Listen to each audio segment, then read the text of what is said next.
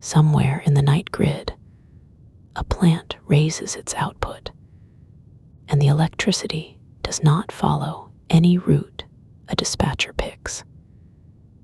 It spreads across every open path at once, divided only by the physics of the wires.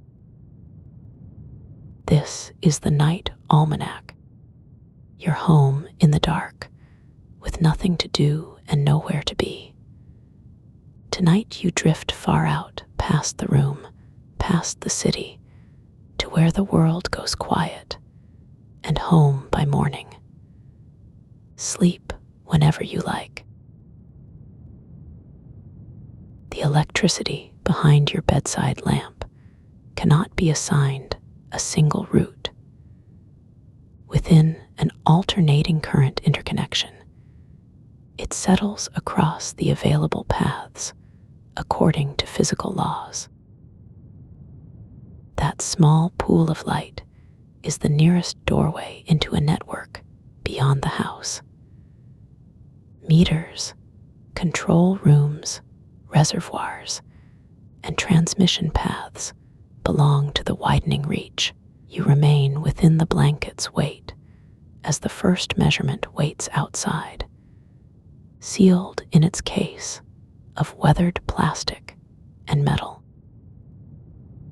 The room recedes as the circuit widens. Beyond the meter, transmission lines cross the dark ground, carrying the scale outward toward places where changing conditions are measured. The lamp is already too far behind to see. Its link remains, running through the larger network.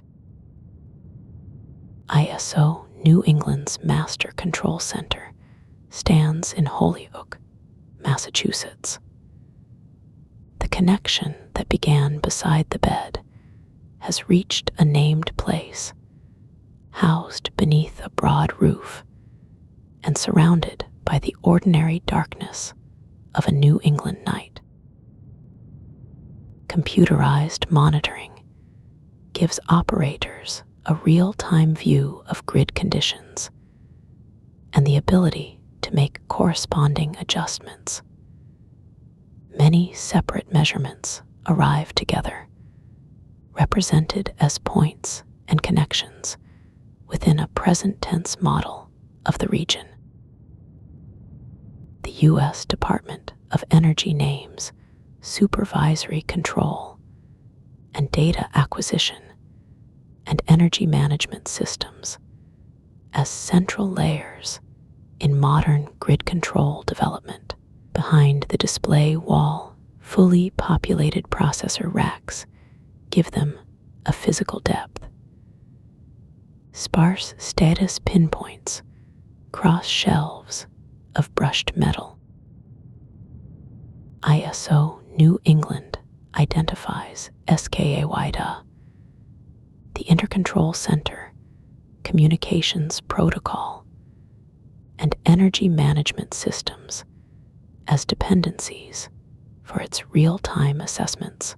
A fully populated communications patch bay carries pale status points across graphite panels, with bundled cables descending toward the incoming measurements. PJM Interconnections State Estimator filters measurements arriving from across its network. Each report enters as one piece of the electrical present, still separate from the model that will use it.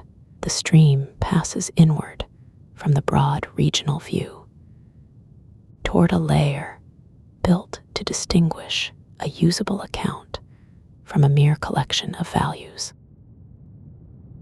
The estimator produces a consistent representation of the current grid. Consistency is formed within the calculation rather than assumed at the point of arrival. Separate measurements can occupy one shared description of conditions, held as a present tense model, while the surrounding equipment receives new values. You drift beyond the outer status points into the narrower depth where the representation takes shape. Other analyses use the filtered representation after the estimator has prepared it. They begin with the coherent model, not with an untouched heap of incoming reports. Each later calculation receives the same starting account of the electrical present, a cool foundation laid beneath the work that follows. The model now stands between measurement and analysis. On one side are separate arrivals from the network. On the other is a consistent description ready for deeper work. A dense field of small values has crossed into a single working present, and the route continues toward the next bank of measurements. At PJM interconnection, synchrophasor measurements are typically taken 30 times per second. That cadence can expose changes that traditional monitoring does not reveal. The filtered present now acquires a fine grain of motion.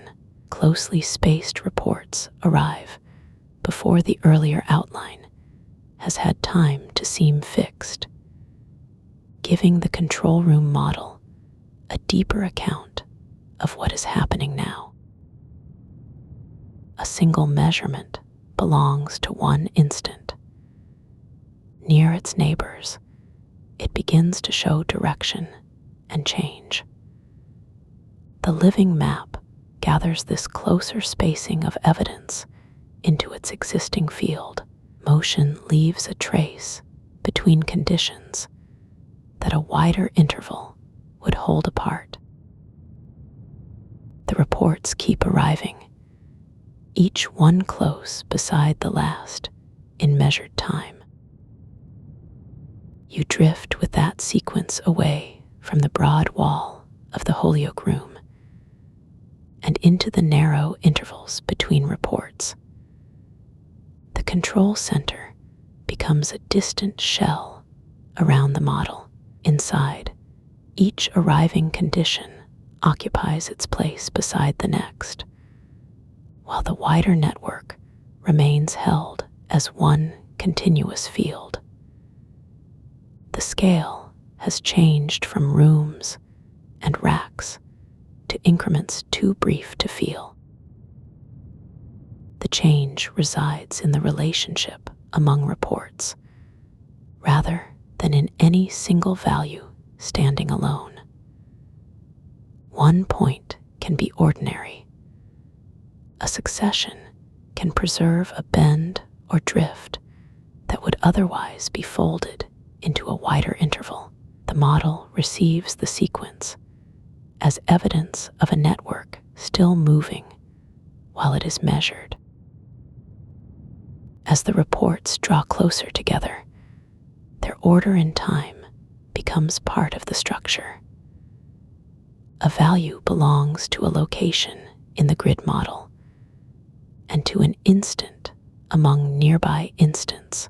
The route narrows from spatial arrangement toward timing, where separate streams require a common reference before their moments can meet. At the far edge of the model, the next layer concerns the instant attached to every report. Values have been gathered, filtered, and set in motion.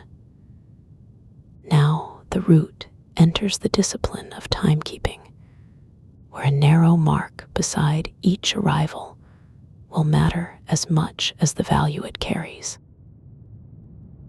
The National Institute of Standards and Technology describes compiled synchrophasor reports time-stamped to within 1 microsecond of coordinated universal time. The measurement and its instant travel together in the record. Inside the timing layer, pale status points gather around a compact processor, while the reference remains unseen. Coordinated universal time supplies the shared temporal reference named in those reports. Each arrival receives a position against the same scale, even when its value came through another instrument path. The compiled record can therefore preserve both parts of the event, what the sensor measured and where that measurement belongs in time.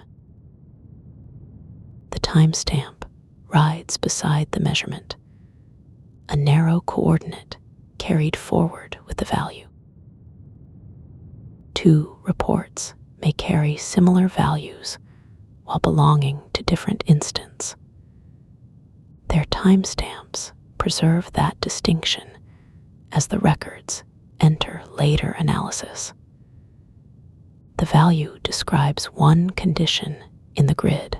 The adjoining mark fixes that description to its moment, leaving nearby reports separate until their temporal positions can be compared. You drift deeper into the measurement room, where distance is giving way to duration. Transmission paths have widened into racks of arriving records. Now, the smallest divisions lie along time itself, carried through dense connectors and narrow bands of light toward the next layer of the model. A compiled report gathers many measured moments without dissolving their individual positions. Each record retains its own place along the common reference. The sequence advances through the processor as a close-set procession, with enough separation for one instant to remain distinct from the next. Farther on, reports approach from separate measurement points. Each stream carries its own narrow sequence of temporal marks. Several compact modules feed a central connection plane, where those sequences will soon be placed beside one another across the same measured interval. Beyond the connection plane, the measurement chain reaches toward the devices behind the reports. The racks recede into the distance. A narrow passage continues into a quieter laboratory, where one compact instrument occupies the scale that a whole regional model cannot show. One small metal case now carries the scale of the wider electrical field. The Institute provides calibration services for phaser measurement units. That work connects the live regional model to laboratory measurement practice. A value used across the network begins with physical equipment that can be brought to a bench and examined as an instrument in its own right. The laboratory scale is close and contained. One enclosure occupies part of a work surface, its fitted sockets gathered beneath cool light. The broad electrical field it serves remains far beyond the walls, assembled from reports arriving elsewhere. Calibration links two very different rooms through the measuring device itself. One contains reference equipment within reach across a bench. The other receives values amid deep racks and wide present tense models. The compact unit belongs to both settings through the measurement practice behind its reports. Past the bench, the route widens again. The calibrated unit belongs within a larger chain of incoming values, carrying its laboratory connection into the regional assessment without adding another visible layer to the room. Measurement now moves toward smaller divisions. A thin trace passes through a recessed channel in a machined panel, approaching the fine scale used for the grid's frequency meters. The North American Electric Reliability Corporation sets a precise requirement for that final measure. Its balancing control standard calls for frequency metering accurate to 0.001 Hertz. The narrow trace has reached the finest division in this room. That degree of accuracy gives the broad eastern field a very fine edge. Generators, transmission paths, and distant loads have receded into one shared quantity, measured closely enough for the present condition to occupy a slender line. The line continues through the dark without widening or breaking. You drift beside that measured field as the room falls farther behind. The machinery no longer needs walls around it in your mind. Its many values open across the east as faint points held at one moment, with the smallest motion carried onward. A recessed metal junction receives the trace and divides it among several fitted channels. Each groove leads away at a different angle, giving the shared measurement room to extend beyond a single panel. Farther on, the channels spread across a dense surface of compact metering elements. The reconciled bus readings and synchronized phasers remain within PJM Interconnection's measurement model. Holyoke belongs to ISO New England's separate regional view, now farther behind. The surface bends gently away, carrying its fine divisions into a larger darkness. New points appear along the curve, each separated by a narrow strip of graphite, while the measurement moves outward beyond the regional room. You drift past the curved edge without turning back. The regional room has thinned into distance, leaving only the sense of connection moving through a dark expanse. Somewhere behind, the last instrument housing keeps its place. Ahead, the network opens without a visible boundary. The fine divisions no longer feel close enough to count. They gather into faint bands, then loosen again across the breadth beyond Holyoke. Your room is farther behind now, though its small lamp remains joined to this reach of wire, measurement, and metal. The connection continues through space too broad for a single wall display to contain. Interconnection frequency is the primary indicator operators use to assess the grid's real-time state. A narrow trace continues beneath you. The control center has become a distant concentration of light at the inner edge of the field. Its screens and metering cabinets belong to the place already passed. Farther out, the same measured instant extends across many unseen rooms and substations, carried as a broad presence rather than a chosen line. You move with it into the depth between those places. For a moment, only a few blue-white points remain against the dark. Then the spacing widens once more. A polished contact gives way to a dark cable mouth, and the nearby metalwork disappears behind it. Nothing here resembles the warm pool beside your pillow. The connection has entered a colder scale, where rooms are implied by their small lights and long separations.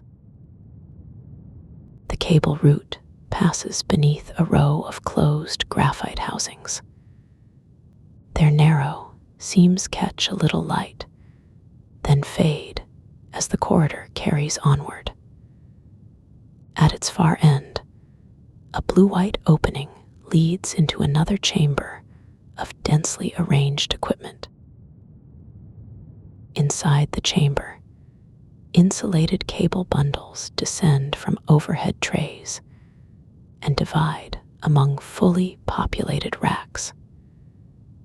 Chilled air moves through perforated doors with a low, even sound.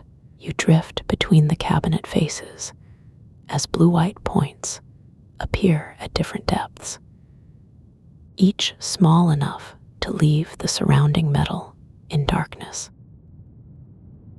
A narrow vent carries cooler air across the passage.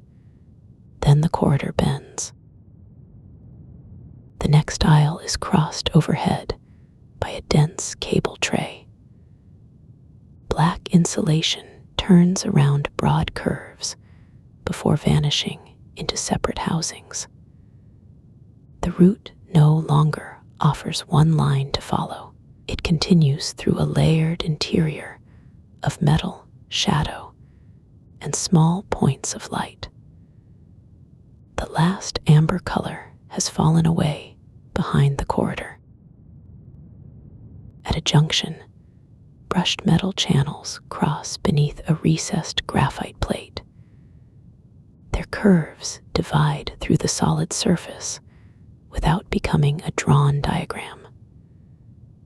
A blue-white reflection runs along one milled edge, then stops at a row of dark fasteners. Beyond the junction, the equipment stands in deeper rows. Some cabinets present sealed panels, others carry sparse pinpoints behind smoked glass. The passage narrows, widening again near a frosted divider. From there, the chamber continues through enclosed metal surfaces, each opening onto another depth of cable and shadow. One closed latch catches the light, while the rest of the cabinet remains dark. Past it, thick conduits gather above a broad opening in the wall. The bundles turn through circular sleeves and disappear into another equipment room, where densely arranged rack faces recede beneath cool ceiling light. You move with the passage as it opens again, carrying the outward thread toward a darker bank of housings beyond the first rows. The darker bank opens into a wider chamber. Distance gathers across recessed rings, narrow seams, and isolated pinpoints set far apart. You pass them slowly. Each small mark stands within a larger electrical field extending beyond the building and through the connected eastern night. Between the cabinets, dark tile gives way to a narrow strip of brushed metal. The passage bends gently, taking you beyond the first chamber without returning to the brighter rows behind. A translucent partition catches several blue-white pinpoints and gives each one a faint second depth. The reflections overlap without forming a pattern you could name. One fades as another appears farther along the glass. You drift past the divided light and into the deeper part of the building. A seam of cool light crosses the floor, then slips beneath another closed door. The next space feels deeper because its ceiling falls away into shadow. Dense cable trays travel overhead, each curve hidden before its destination appears. You continue beneath them as the chamber widens, with low ventilation sound and scattered indicator lights along the farther wall. Farther in, the surfaces lose their gloss. A ribbed panel absorbs most of the light, leaving a narrow blue edge along its frame. The scale has shifted from a single cabinet to an entire wall of measured silence. At the end of the wall, a shallow recess holds a row of frosted acrylic blocks. Their light is diffuse, without symbols or numbers. The row turns at the corner and continues into another chamber, where a tall brushed metal cylinder stands beside a dense bank of smaller housings. The cylinder gives way to a deeper chamber. Its ceiling rises beyond the reach of the scattered light. You drift between the housings while the brighter room recedes behind you. At this depth, the control center feels less like a single room than a sequence of enclosed spaces. Each turn carries the measurements farther from their separate sources and deeper into the shared model already assembled beyond the walls. A low mechanical hum fills the narrow space, continuous enough to merge with the air. The next passage bends around a cluster of closed cabinets. Small points of light appear through perforated metal, then vanish as the angle changes. You continue past them into a wider bay, carried by the same connection that began near the lamp, though the room around it has grown cooler and more remote. Beyond the cabinets, thick cable bundles descend through separate sleeves and disappear beneath the raised floor. The lamp is now only the point from which this outward connection began. Here, its electricity has dissolved into the larger field described by measurements, timing, and frequency.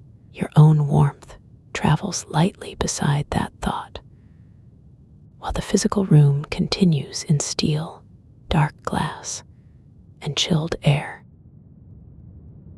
Ahead, another partition stands open around a narrow threshold. Dense equipment faces continue beyond it, set farther apart beneath a high ceiling. The floor seam passes through the opening and curves toward a deeper rack aisle, where the scattered pinpoints thin into the blue distance. Past the open partition, the building loses its obvious front and back. A service bay opens beside the main room, with ducts descending into shadow and cable bundles passing through the floor. You drift beyond the domestic scale of switches and sockets. The electrical field is carried here as small changes, gathered inside materials that seem almost motionless. A narrow seam of blue-white light runs beneath the next closed door. Farther in, the living model has many physical depths. One layer can be held above another without pretending that every incoming value is perfect. The result exists for the present moment, then yields to the next collection across a machined surface. Shallow channels divide and meet around raised metal islands, while tiny points of light remain separated by dark material. A frequency trace continues through the room as a narrow movement among slower shapes. Its small deviations belong to the connected field beyond these walls. Here, the broad electrical condition has been reduced to a line fine enough to fit inside a recessed instrument ring, surrounded by matte graphite and a pale rim of light. The next glass partition reflects only fragments of the equipment behind it. A cabinet edge appears, then a ceiling light, then the dark interval between them. Your warmth remains a distant reference rather than a place to return to yet. The route continues through the measured night, farther from the room, where a small shade first gathered light across the linen. Overhead, complete cable trays cross one another without sharing the same height. Some turn behind a steel beam. Others descend toward densely filled housings along the wall. The arrangement belongs to a building made for signals that arrive together, but enter by different paths. Chilled air passes through the perforated metal and along the dark ceiling. Near the far wall, a compact metal enclosure rests on a stone pedestal. Its connectors are capped, and its dark cable has been coiled beside it. Laboratory precision has left a quiet physical trace here: smooth fittings, fixed edges, and a housing made to be moved without disturbing what sits within. The enclosure waits beneath a narrow pool of blue-white light. A high window holds a few distant lights beyond the glass. Holyoke has thinned to scattered points at this depth inside the building. The interior reflections float over them for a moment, then fade as the angle changes. Behind the pane, the night continues across roofs and transmission paths that cannot be gathered into one visible route. The last aisle rests beyond a curved metal partition. Its pinpoints continue into blue distance, each one small against the volume of the room. The bedside glow is far behind, though home still holds its place. You are a long way out tonight, and still home. Past the curved partition, the aisle opens into a quieter recess. Ventilation moves softly above the cabinets, while a low tremor passes through the raised floor. Metal faces recede at uneven depths. Their pale pinpoints grow smaller without disappearing. A perforated ceiling baffle catches the faintest sheen, and air slips through it with the continuous sound of a distant room breathing. A thick cable bundle descends behind the nearest housing and slips below the floor. Another wrapped run turns toward a side bay, held by matte metal clamps. Only short lengths remain visible. The rest passes into enclosed spaces, joining portions of the building that have already faded from view. One narrow highlight crosses a cabinet corner and is gone before the metal warms. At the junction between two bays, a closed notebook rests on a narrow service shelf beside a capped connector. Its cover is plain, with every page held inside. It is a small trace of human craft among the housings. The shelf carries a shallow, stamped groove, just deep enough to hold a loose coil of cable. Both objects remain where they were placed, as the nearby equipment continues its low, mechanical murmur.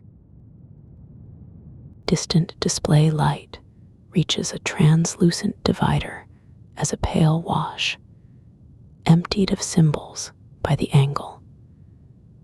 The glow shifts slightly across the acrylic. Deeper equipment remains a soft stack of dark shapes behind it, with scattered pinpoints caught between the layers and a narrow metal footing at the base.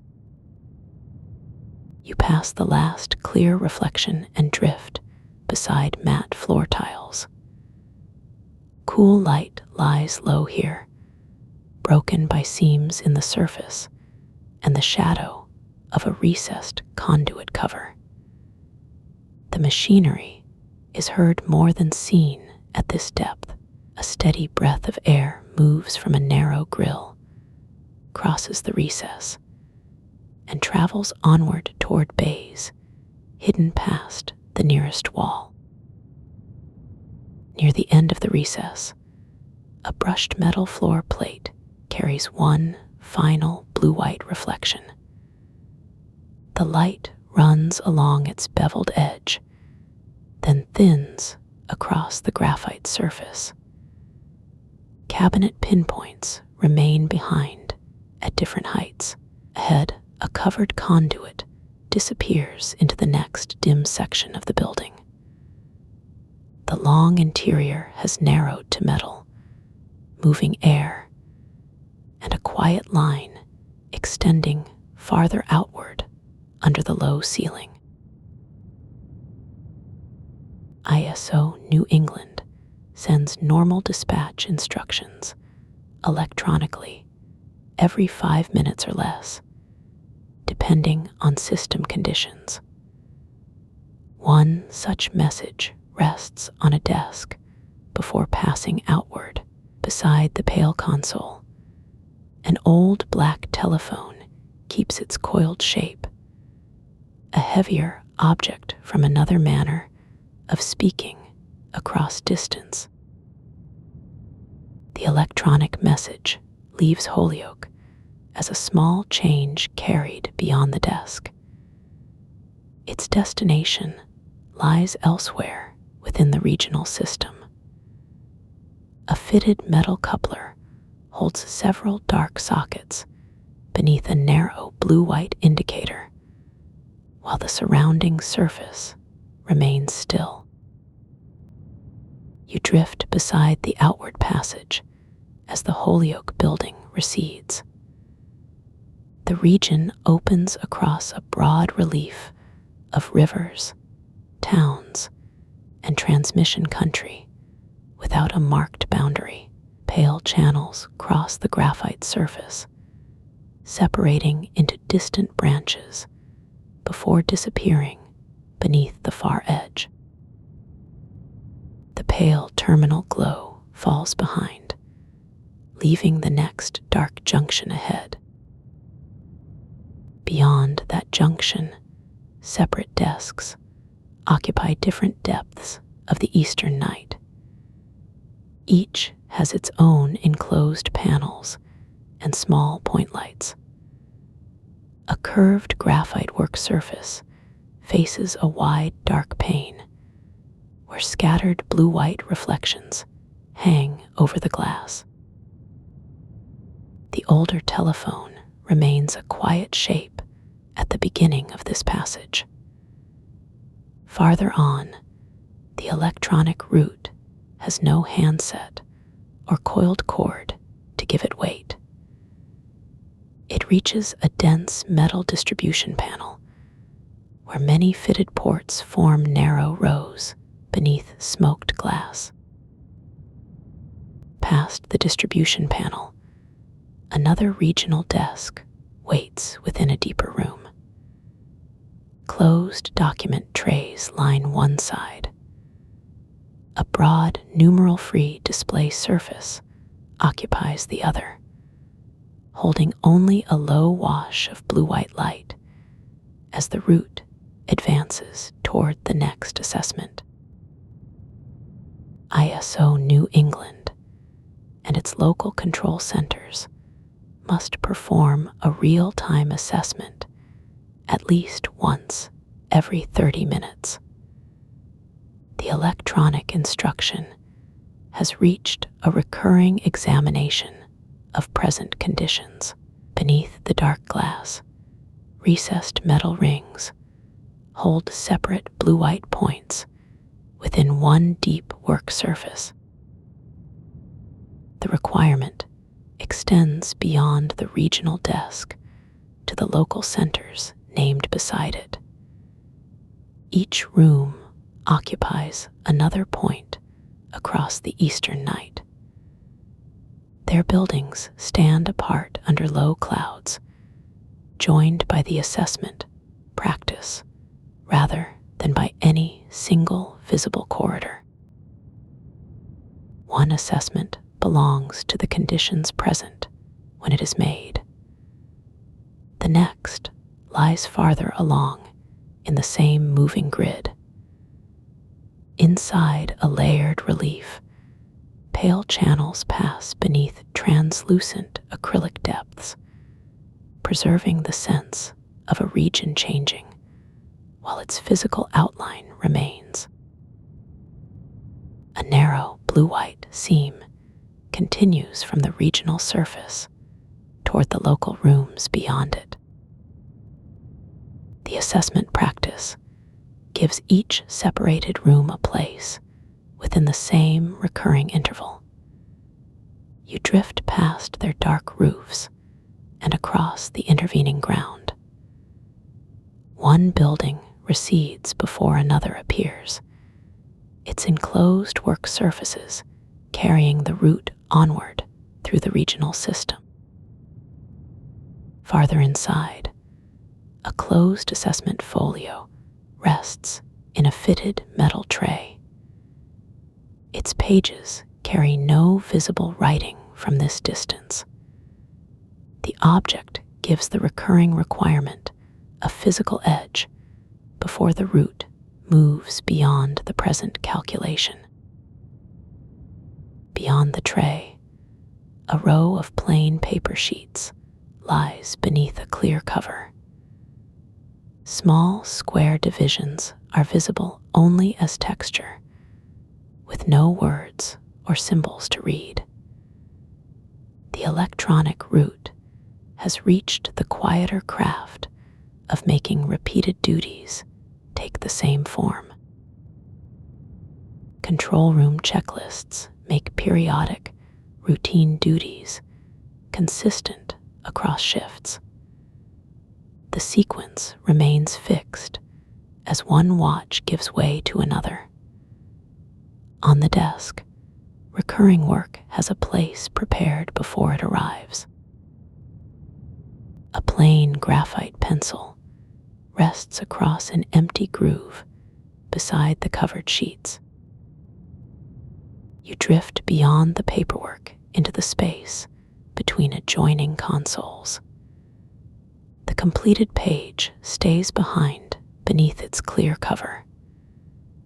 Ahead, a dark speaker grill and a recessed microphone cradle give the room another means of carrying an instruction, one made from breath rather than light. The passage narrows around a coiled cord laid neatly against the desk. Its black insulation loops through a metal guide before disappearing beneath the console. Farther along, several voice positions face the same dim room. Each has a small microphone housing, a closed earpiece, and a pale indicator point. No person occupies the chairs. The equipment holds only the physical trace of words, moving between distant operating rooms. One circular speaker grill fills the next console panel, its perforations fading toward the edges. You pass the grill and enter the quiet interval where a spoken instruction would be received. A second microphone cradle waits across the room, separated from the first by dark work surfaces and closed equipment bays. Between them lies the measured space in which one voice can answer another.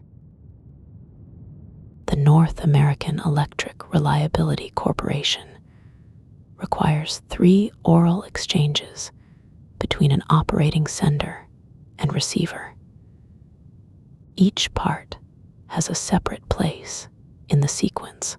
A sentence crosses the room, comes back through another microphone, and receives its final answer before the communications channel clears. The first transmission carries the intended instruction in one direction, from one console to another. The receiver repeats the instruction back. The same wording now travels in the opposite direction, returning through the console as the second exchange. The sender hears the intended meaning carried by another speaker, with the repeated phrase held briefly between the 2 stations before the final reply. The sender's confirmation is the third exchange. It closes the method with an oral answer rather than an assumed silence. Saying, repeating, and confirming remain distinct acts, each given its own turn across the communications link. The whole practice fits inside a few ordinary movements of speech. 3 turns pass across the room, and the channel is ready for the next instruction. You drift beyond the paired stations as their fitted bays recede into the wider building. The microphones remain with the modern communications bay. Ahead, the route leaves live equipment and enters shelves of older records where paper replaces pale status points, and each stored sheet belongs to a narrower territory. An archival map, folio, carries the route into an earlier electrical landscape.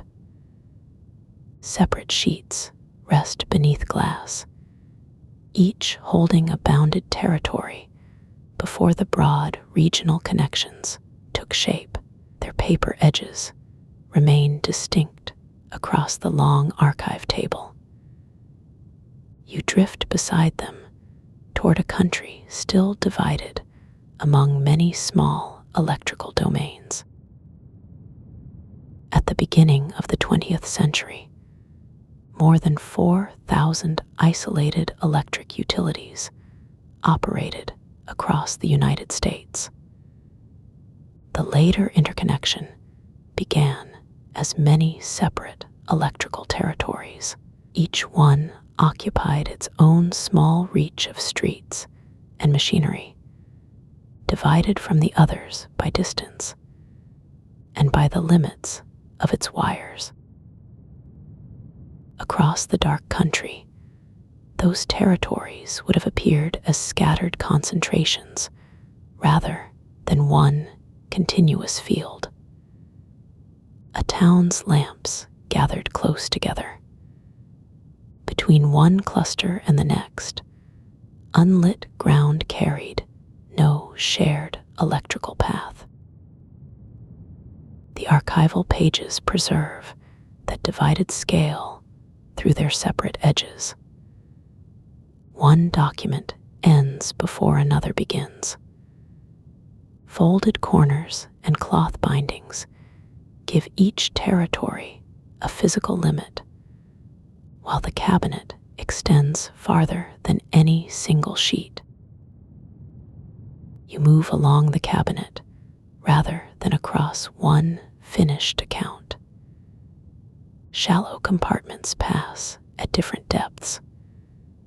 Their contents belong to the same country, yet the spaces between them remain part of the older arrangement. Farther in, the paper record gives way to surviving electrical hardware. Porcelain insulators stand apart on dark metal supports. Closed switch housings occupy separate shelves, each compact assembly preserving the scale of a system that once ended near its own boundary. The gaps among those early territories are broad enough to become the subject. Dark seams divide raised metal sections beneath glass. A few blue-white points sit within each section, with no luminous channel yet crossing from one to another. Near the far end of the archive, 3 adjoining metal channels emerge from separate recesses. They run beside one another beneath the glass, carrying the route toward a smaller mid-Atlantic grouping. Early power pool electricity transactions were coordinated by telephone. In the mid-Atlantic pool that became PJM interconnection, the receiver carried exchanges between separate utility rooms. The 3 adjoining channels beneath the archive glass now have a human scale.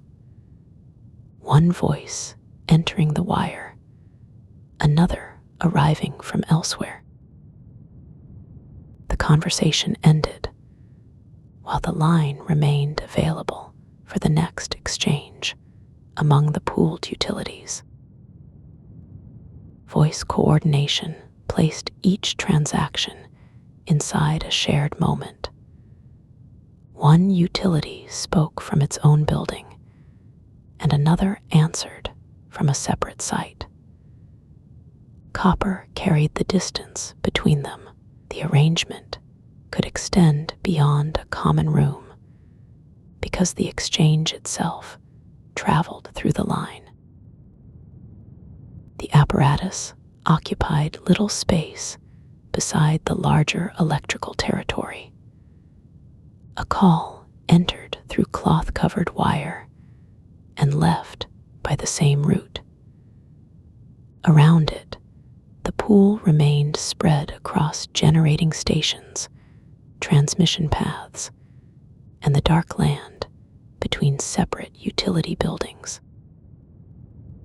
You drift beyond the archive table and into that distance. The pooled territory opens past the old desk, carrying its connection through rooms that no longer need to stand together. The receiver falls behind as a small dark object at the inner edge of a widening mid-Atlantic field. A brushed metal threshold separates the old communication room from the later control floor. The route continues through PJM interconnection toward a console concerned with what comes after the present calculation. The older call has become distant physical history. Ahead, several pale panes extend across the desk, holding the next span of time without yet disclosing its measure. Under the North American Electric Reliability Corporation's functional model, every generator, transmission facility, and end-use customer belongs to a balancing authority area. The definition gathers the physical grid from its producing machines to the places where electricity is finally used. The forecast console falls behind as the scale widens across PJM interconnection. A dark floor opens around the desks, and the surrounding territory seems to spread through the building's quiet depth.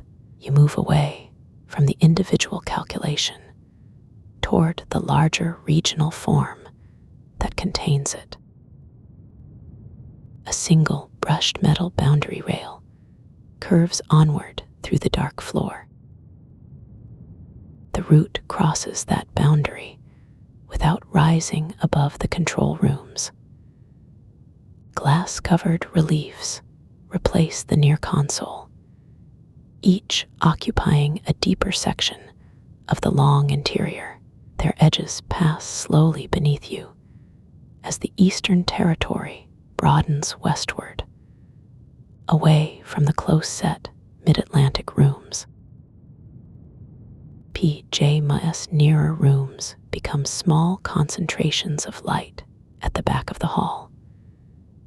Ahead, the relief surface grows broader and less intricate. Dark metal seams divide its sections, while a few pale points continue across the interior toward another regional depth. You pass above the last close grouping of desks.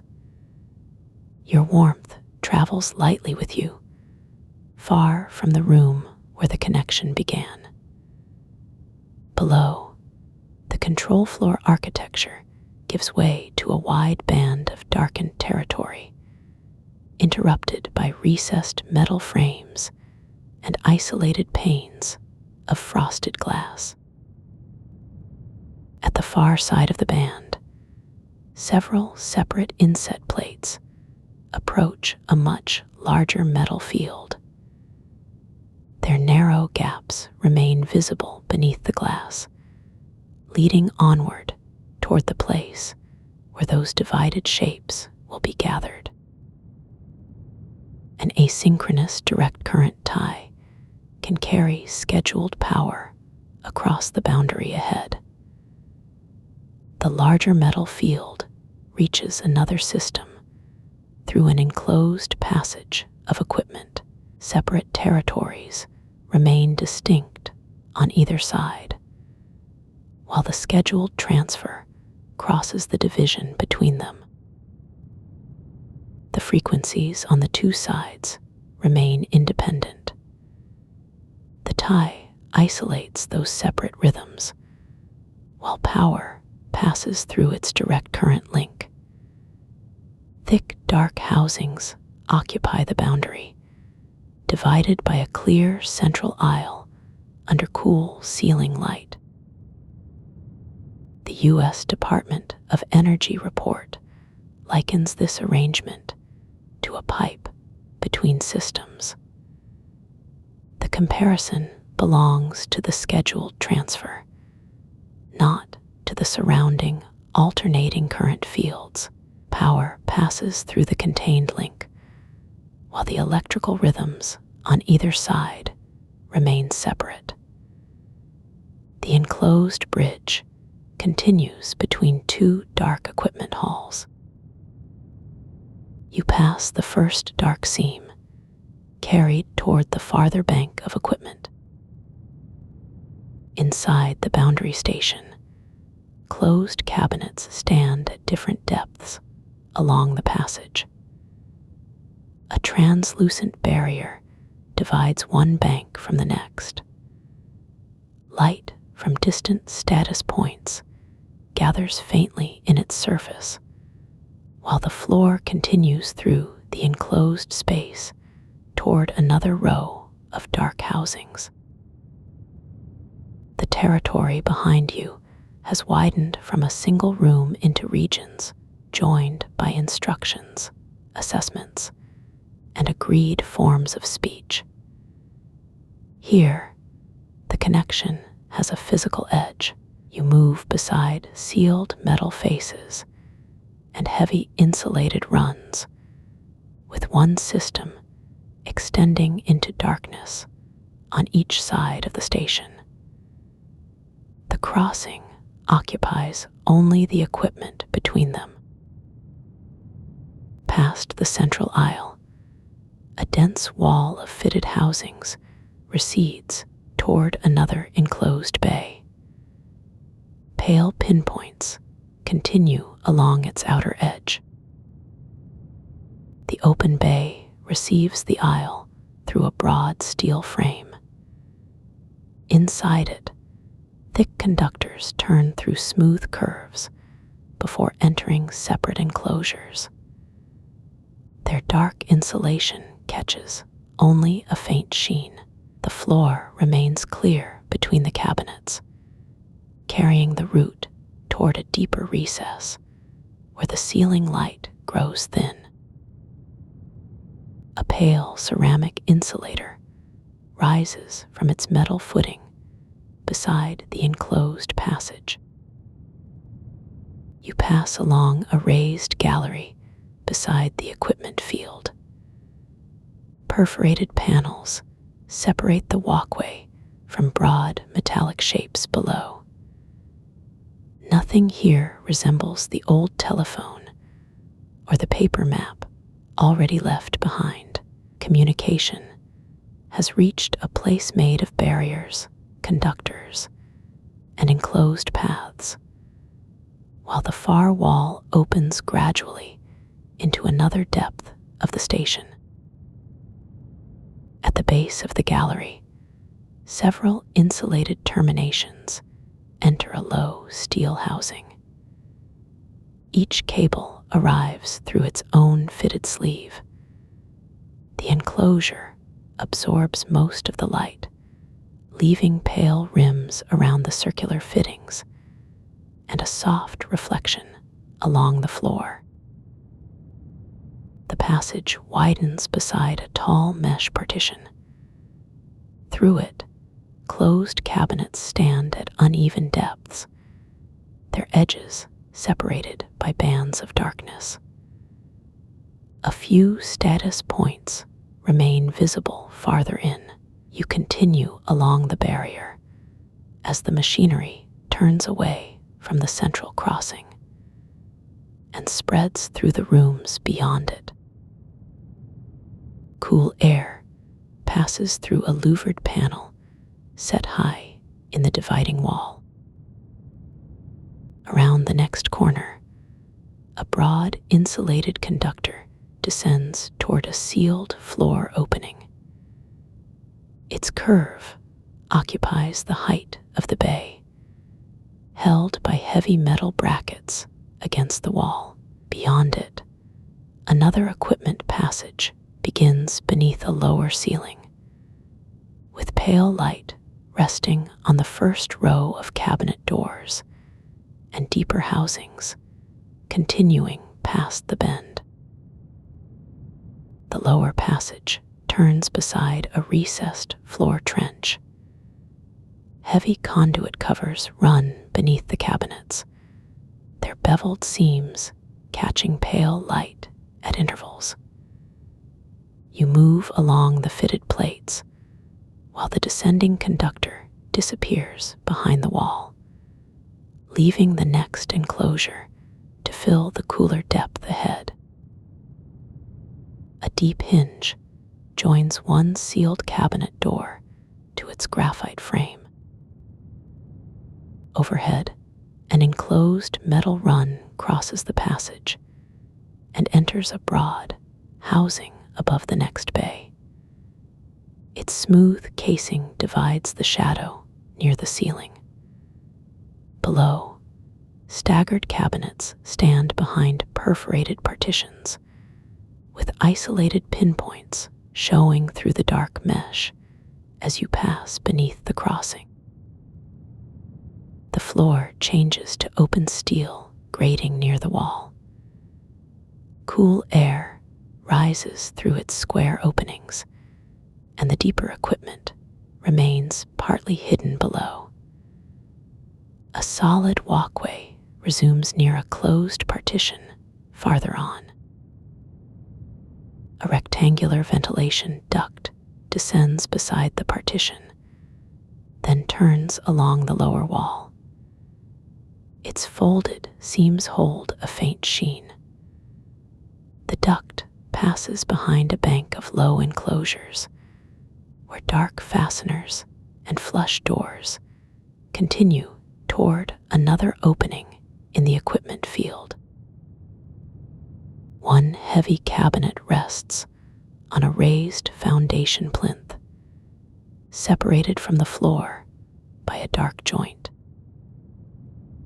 Past the plinth, the passage widens around several closed housings set at different depths. Their metal corners catch the overhead light one after another.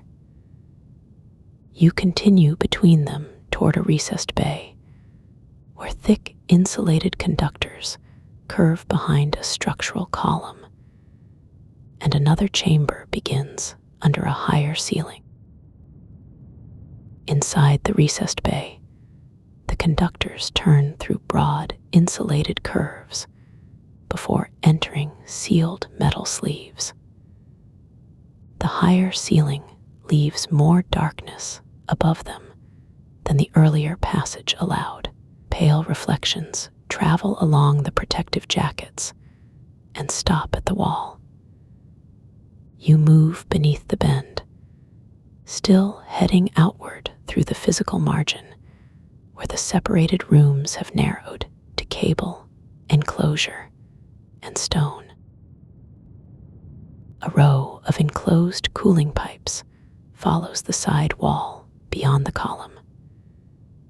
Their fitted joints sit close together under a narrow wash of light.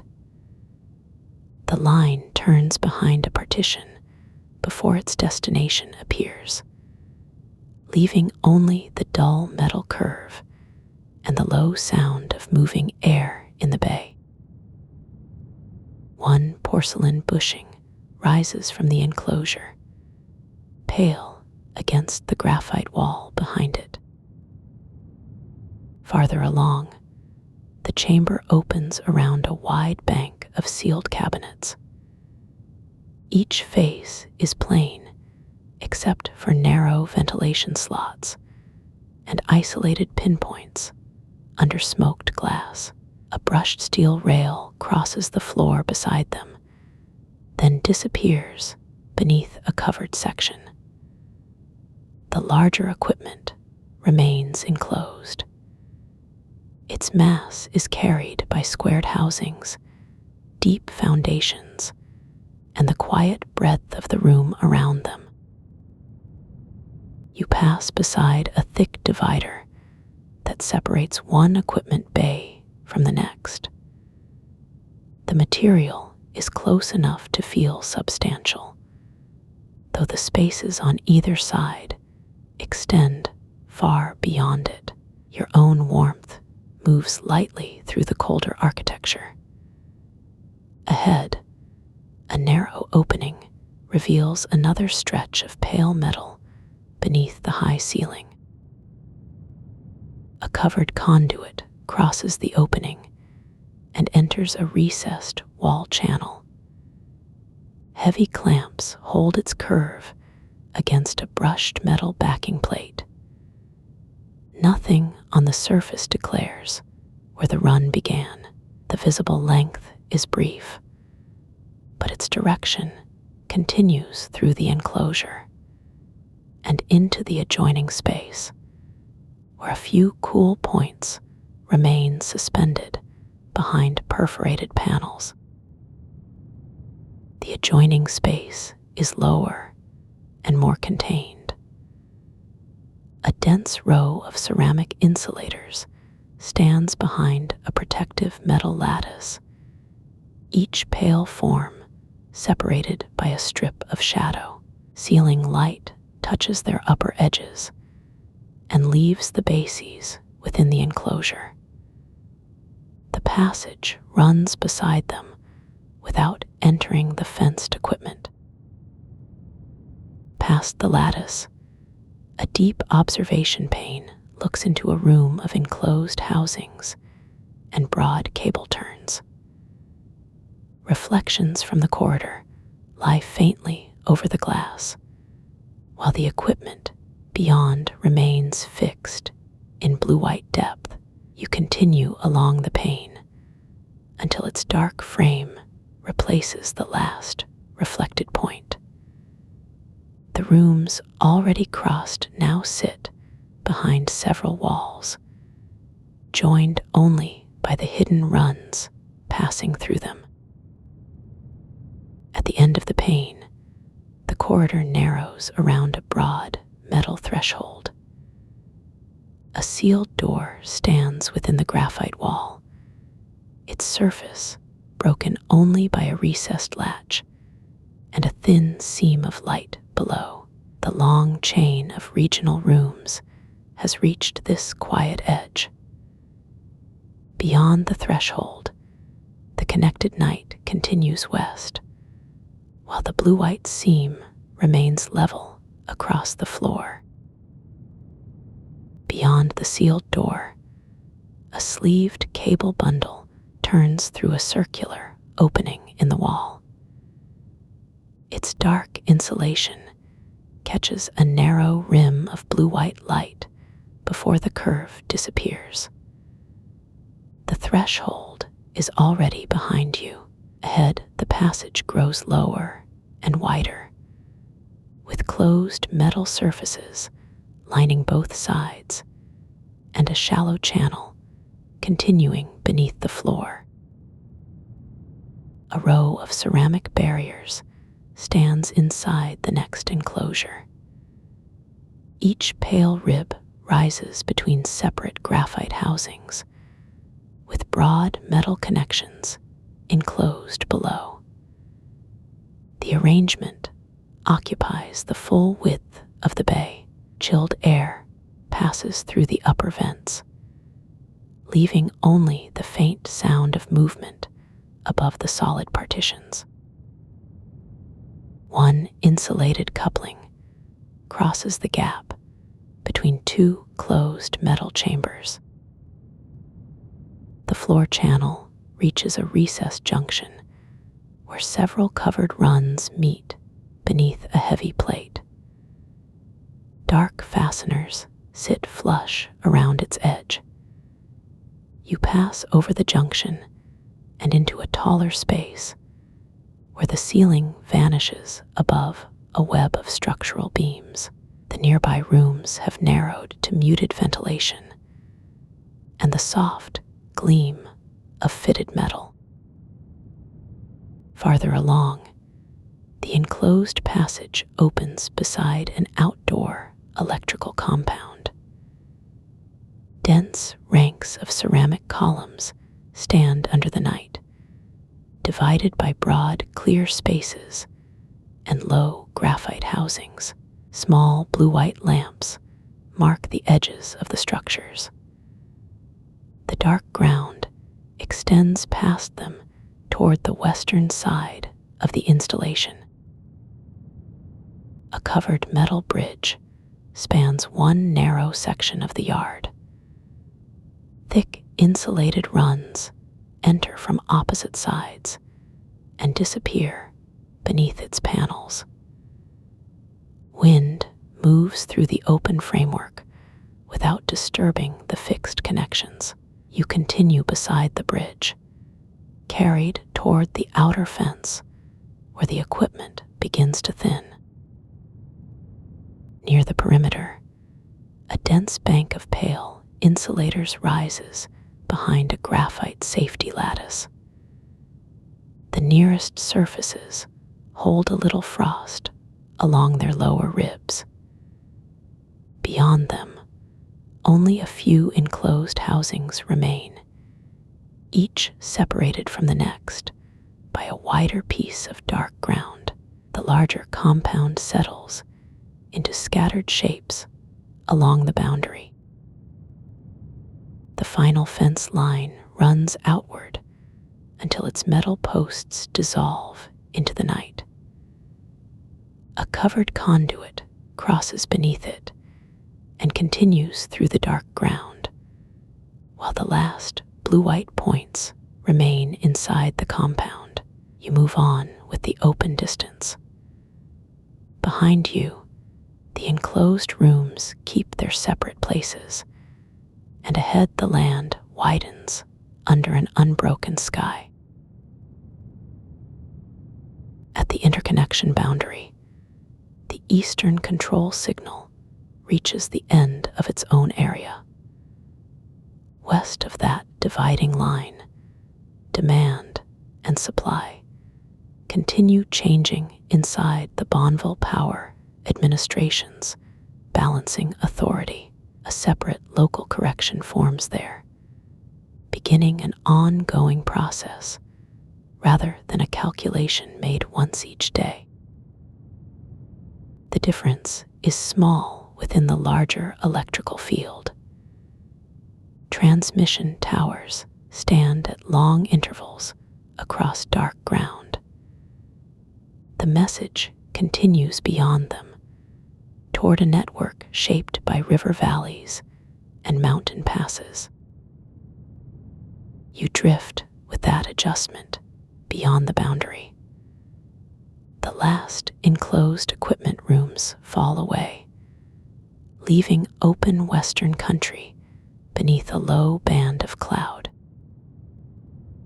The signal moves through a corridor where steep ground divides the moonlight. Steel lattice towers rise from separate ridges, and bundled conductors descend toward a river valley. Each span opens another reach of dark terrain before the route bends along the slope again. A blue-white insulator string catches the last light above the dark slope.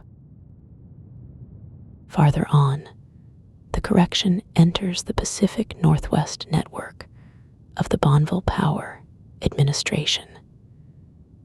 Its path crosses broad transmission clearings and approaches lower country, where long water surfaces lie between dark banks. The electrical change remains a signal, moving toward the place prepared to receive it. Near the base of a long slope, dark conductors converge on a dense switching yard. Beyond the steel frames, a low building holds a few blue-white windows. The signal continues toward the Dittmer Control Center, with the river country extending past it into deeper night. At the building's edge, the incoming signal passes through a sealed conduit and into the deeper structure. The wide transmission landscape has narrowed to metal sleeves, fitted junctions, and pale points held behind smoked glass. Dittmer now surrounds the correction with walls. Area control error, or ACE, is the real-time quantity representing the momentary mismatch within a balancing authority. The difference now has a single present tense value. It belongs to this instant, while the network outside continues across ridges, river valleys, and long spans of steel. Inside, one narrow light passes through a clear block set between darker metal sections. separate paths approach from opposite sides. Their meeting place is small enough to fit beneath a cover, though the balancing area beyond the building extends across a much wider geography. You drift past the outer wall as the river country opens farther west. A long interior gallery follows the building's low roofline. Closed metal bays stand at uneven depths, broken by narrow seams and occasional blue-white points. The quantity has entered the physical place where a correction can continue toward generating equipment beyond the transmission yard. Farther in, the path divides among densely fitted relay modules. Each brushed metal face sits flush with its neighbors, leaving only connectors and tiny lights visible. Beyond this layer, the signal will move from a measured condition toward an instruction carried into the river system. A covered channel leaves the relay bank and runs beneath the floor toward another enclosed bay. The building remains low against the slope. Past its concrete foundation, dark water occupies the valley, waiting at the next scale of the route. Frequency regulation is a fast ancillary service that responds within seconds to rebalance generation and demand. Its interval is short enough that the surrounding control room seems almost motionless by comparison. Behind smoked glass, a compact regulation chassis carries sparse blue-white points across densely fitted metal modules. A blue-white reflection reaches the steel threshold, then thins along the concrete floor. Across the Dittmer room, broad metal panels rise behind rows of switches and indicator lenses. Their depth belongs to a control surface built at the scale of a wall. The narrow route from the relay bay reaches this larger face, where separate fittings occupy long horizontal bands beneath the dim ceiling. You drift past the long control surface toward a covered trench at the room's outer edge. Heavy fitted plates continue underfoot, carrying the route toward the exterior wall.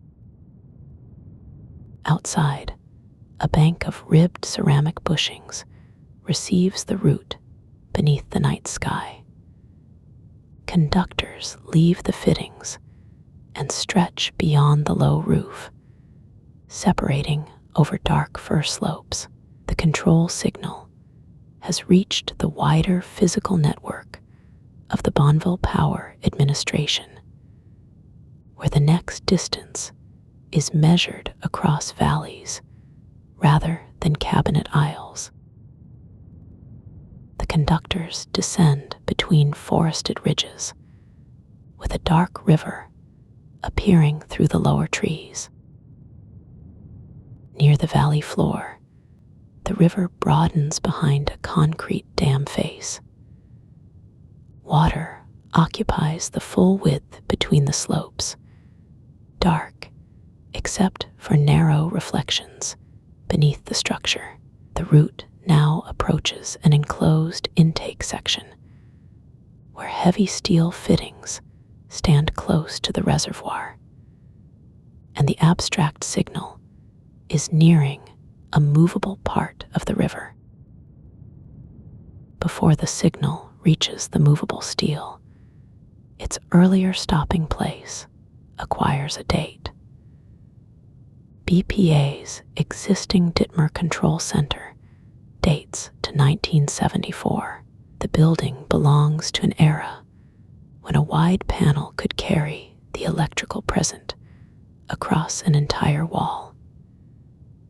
Its concrete shell remains a fixed point in the western night.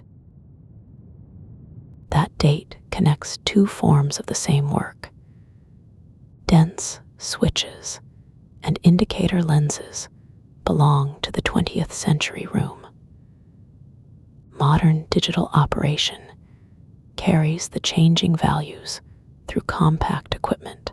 Between them stands the named building, old enough to hold both scales without making the signal itself feel old. A heavy metal hinge marks the passage from the older wall toward the newer equipment. The route leaves the enclosed equipment and stretches over the wooded valley. Conductors cross the slope in long, shallow curves, then disappear beyond the firs. You drift with a small correction toward the river, where concrete and water will give the distant instruction a larger physical scale. At the reservoir edge, the dam face divides into broad concrete sections. One section encloses the intake, works near the waterline. The electrical signal has traveled far from the wall that first held it, yet its path now narrows toward fittings made to move against the stored river. Inside the concrete, an access passage runs beside the intake section. Moisture darkens the lower wall. Thick steel housings interrupt the plain surface, each joined to the structure around the water passage. The open reservoir is no longer the whole subject. The root has entered the dam's enclosed depth. Farther in, a steel actuator rod descends toward the intake opening. Its fitted joints sit above dark water, enclosed by concrete. The correction that crossed the western network is approaching the place where a small mechanical movement can meet the full weight of the reservoir. BPA modernized its AGC to receive and answer market operator signals on a 5-minute basis. The external instruction could enter a control layer already regulating generator output within the balancing area. Here inside the dam, that interval belongs to enclosed electronics, fitted cable ends, and the actuator assembly waiting above the intake. The actuator rod continues through a sealed steel collar. Dark water lies beneath the assembly, separated from the access passage by concrete and heavy metal. You move past the last exposed joint toward the enclosed space beyond it. A narrow cable conduit follows the wall toward the deeper machinery. Beyond the collar, the intake structure widens around a series of thick steel ribs. Water occupies the darkness on one side. The dry passage remains on the other, bounded by a low rail and a line of recessed utility lamps. The market instruction has reached a place of mass, pressure, and fitted metal. The passage bends behind the intake wall. Its ceiling lowers beneath broad concrete beams, while enclosed conduits continue toward the turbine level. Farther down, the sound of moving water occupies the structure without revealing its full path. Steel access covers sit flush with the floor. A broad circular fitting rises from the wall, surrounded by dark bolts and pale mineral traces. You pass beside it as the route descends toward the machinery, receiving the reservoir's flow. The lower chamber opens around a large, enclosed turbine housing. Curved steel surfaces emerge from the concrete, with dense pipework gathered along one side. A narrow maintenance bridge continues over the shadowed floor toward the next bank of machinery.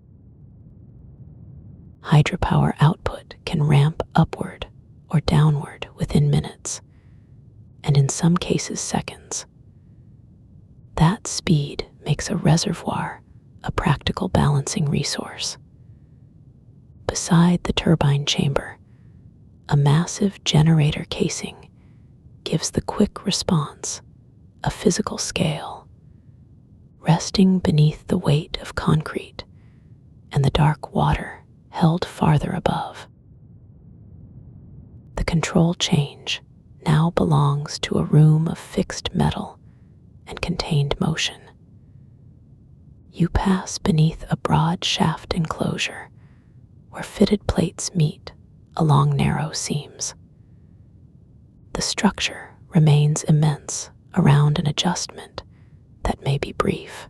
Pale reflections slide across the curved steel as the lower passage carries you away from the turbine chamber. The machinery recedes below, while the reservoir keeps its dark breadth above.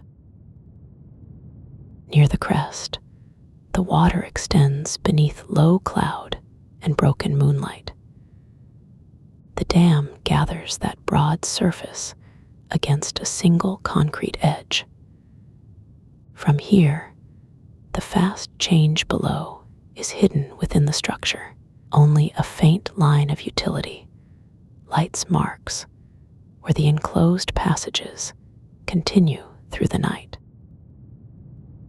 A descending exterior wall leads toward the powerhouse roof. Moisture darkens the concrete near recessed joints, and narrow service lights remain spaced along the structure. Farther out, the first transmission conductors leave the generating station across tall steel frames. The river lies lower now, moving beyond the dam through a wide channel of shadow. Past the powerhouse, the conductors cross an open interval before reaching the switchyard. Porcelain insulators hold each line above dense buswork, with broad spaces of gravel between the steel supports. You move from enclosed water passages into a field where every connection stands beneath the open western sky. Beyond the buswork, rows of cylindrical capacitor housings occupy a separate bay. Farther along, a heavy coil surrounds a dark iron core beneath thick terminals. The open yard has narrowed again to fitted metal, ceramic supports, and the next quiet form of stored electrical force. Capacitors and inductors store and release reactive power as part of voltage control. The cylindrical banks and iron-cored coils give that otherwise abstract quantity a physical address in the yard. Ceramic posts separate the metal from its supports. Broad conductors pass overhead, while each fitted assembly remains fixed among gravel and shadow. The capacitor bank stands in repeated ranks, each housing joined to a rigid frame. Narrow fittings gather at the upper ends. Below them, crushed stone fills the spaces between concrete footings. The arrangement extends toward a dark fence, where the last metal cylinders diminish beneath the open sky. A single ceramic column rises from the gravel, carrying a thick metal connection above its ribbed surface. Farther through the yard, the inductor occupies a heavier scale. Its dark winding curves around an iron center, enclosed by structural metal, and linked through substantial terminals. The nearby capacitor ranks have become pale vertical forms in the distance. Here, the path bends around the coil before continuing toward another fenced bay. You pass beneath a broad conductor where the two kinds of equipment share the same open ground.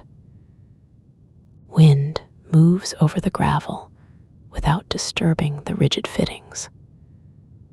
Cool utility lamps touch the edges of steel braces, porcelain ribs, and closed junction housings. The river is hidden now behind the powerhouse wall, though its electrical output has carried this far into the yard. A closed metal junction box gathers several insulated leads beside the inductor frame. Bolted seams hold its graphite cover flush.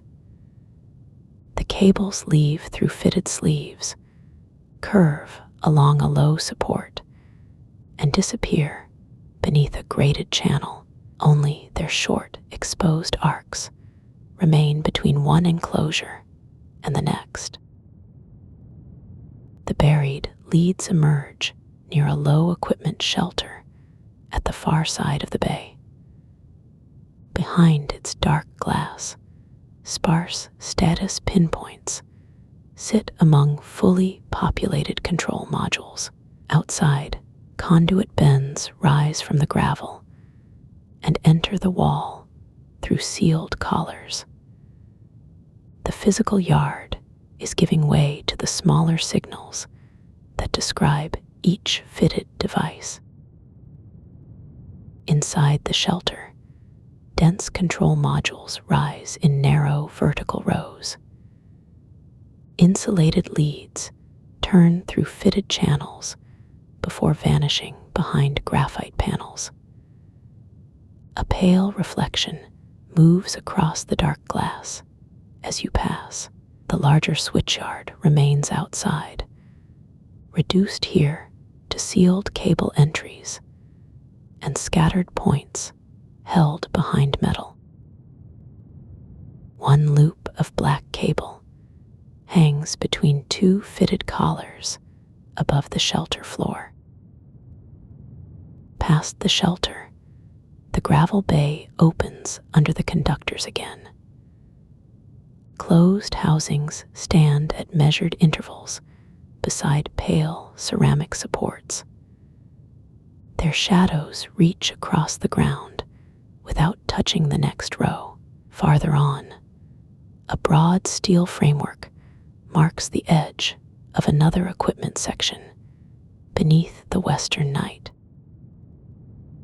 You move beneath the framework while the smaller signal lights recede behind its bracing. The air has the open texture of a river valley after dark. Gravel gives softly under the imagined passage, and the nearest conductor continues overhead toward a farther bank of equipment. The next bank is divided by heavy steel partitions. Between them, smooth metal cylinders stand above fitted cable trenches, with dark leads entering their bases. The arrangement extends laterally across the yard, rather than rising into a single enclosure. Sparse utility Lamps leave wide intervals of shadow between the sections. At the outer fence, the equipment thins into gantries and suspended lines. One conductor crosses the boundary on a long ceramic string, then continues over dark ground. The buildings behind it are already low shapes. Ahead, transmission towers stand at widening intervals toward the valley floor.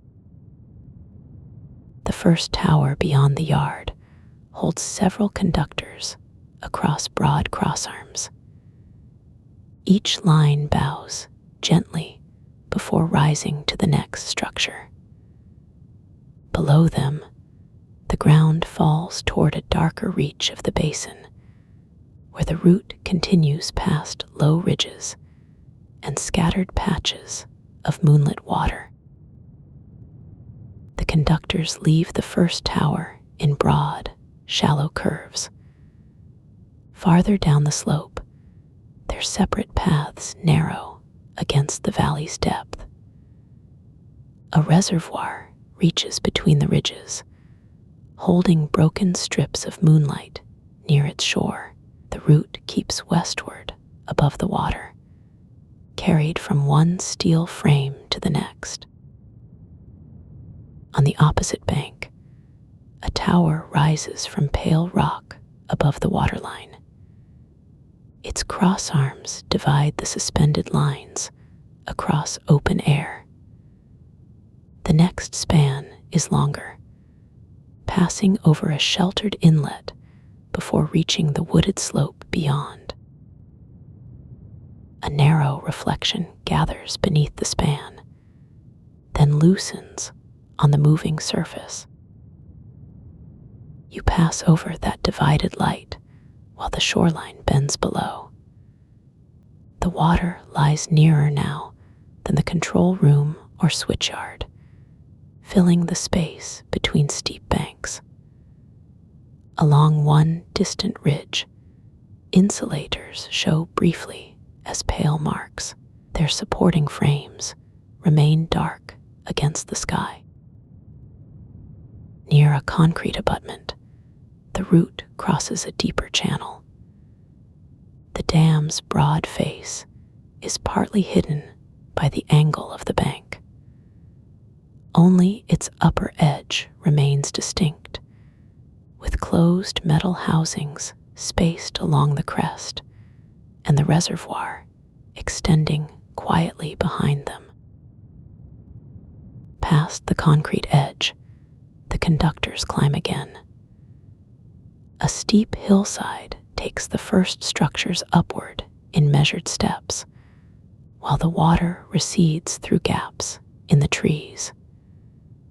You move beside the rising span, farther from the enclosed equipment, and toward the open height above the basin.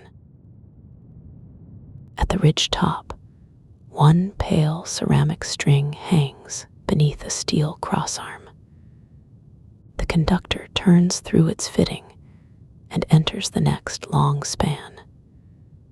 Beyond it, lower hills gather in layers, each carrying the route deeper across the western dark. The next span clears the forested saddle and crosses a hollow filled with night. Its conductors hang in shallow curves between two steel structures. Far below, treetops close over the slope until the ground disappears. The route now belongs to ridges rather than rooms, carried westward through open air, where the nearest point of light may lie behind another fold of land. A fitted metal yoke holds the pale insulator beneath the crossarm. Several bolts pass through its plates, joining the hanging hardware to the larger frame. The conductor leaves from a smooth, curved fitting and reaches outward over the valley. Seen close, The long route depends upon small pieces seated firmly against one another, each surface darkened by the same high night. At the tower base, 4 steel legs meet separate blocks of concrete among dark stone and low moss. The structure narrows as it rises, becoming a fine lattice before the first crossarm begins. Beyond the footing, the slope falls sharply through firs. You pass the solid base and continue beside the span, held at the quiet height where the forest gathers beneath the wire. The hillside opens into a long clearing cut through the trees. Several conductors cross above it, their curves repeating at different heights before they vanish behind the next rise. Moonlight touches the upper branches, but leaves the ground nearly black. The clearing gives the transmission path a temporary breadth, then narrows toward a distant structure whose crossarms sit level against the sky. Low mist reaches the clearing and thins around the nearest steelwork. The upper span remains distinct while the lower slope fades beneath it. For a little while, the route seems suspended without ground. You move through the pale layer beside the conductor, with the wooded basin hidden below, and the next ridge rising beyond the mist. On the far slope, a narrow service track curves toward another tower base.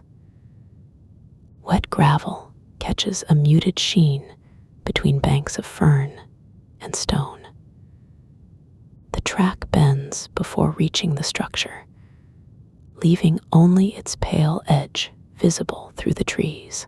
Overhead, the conductors take the straighter course.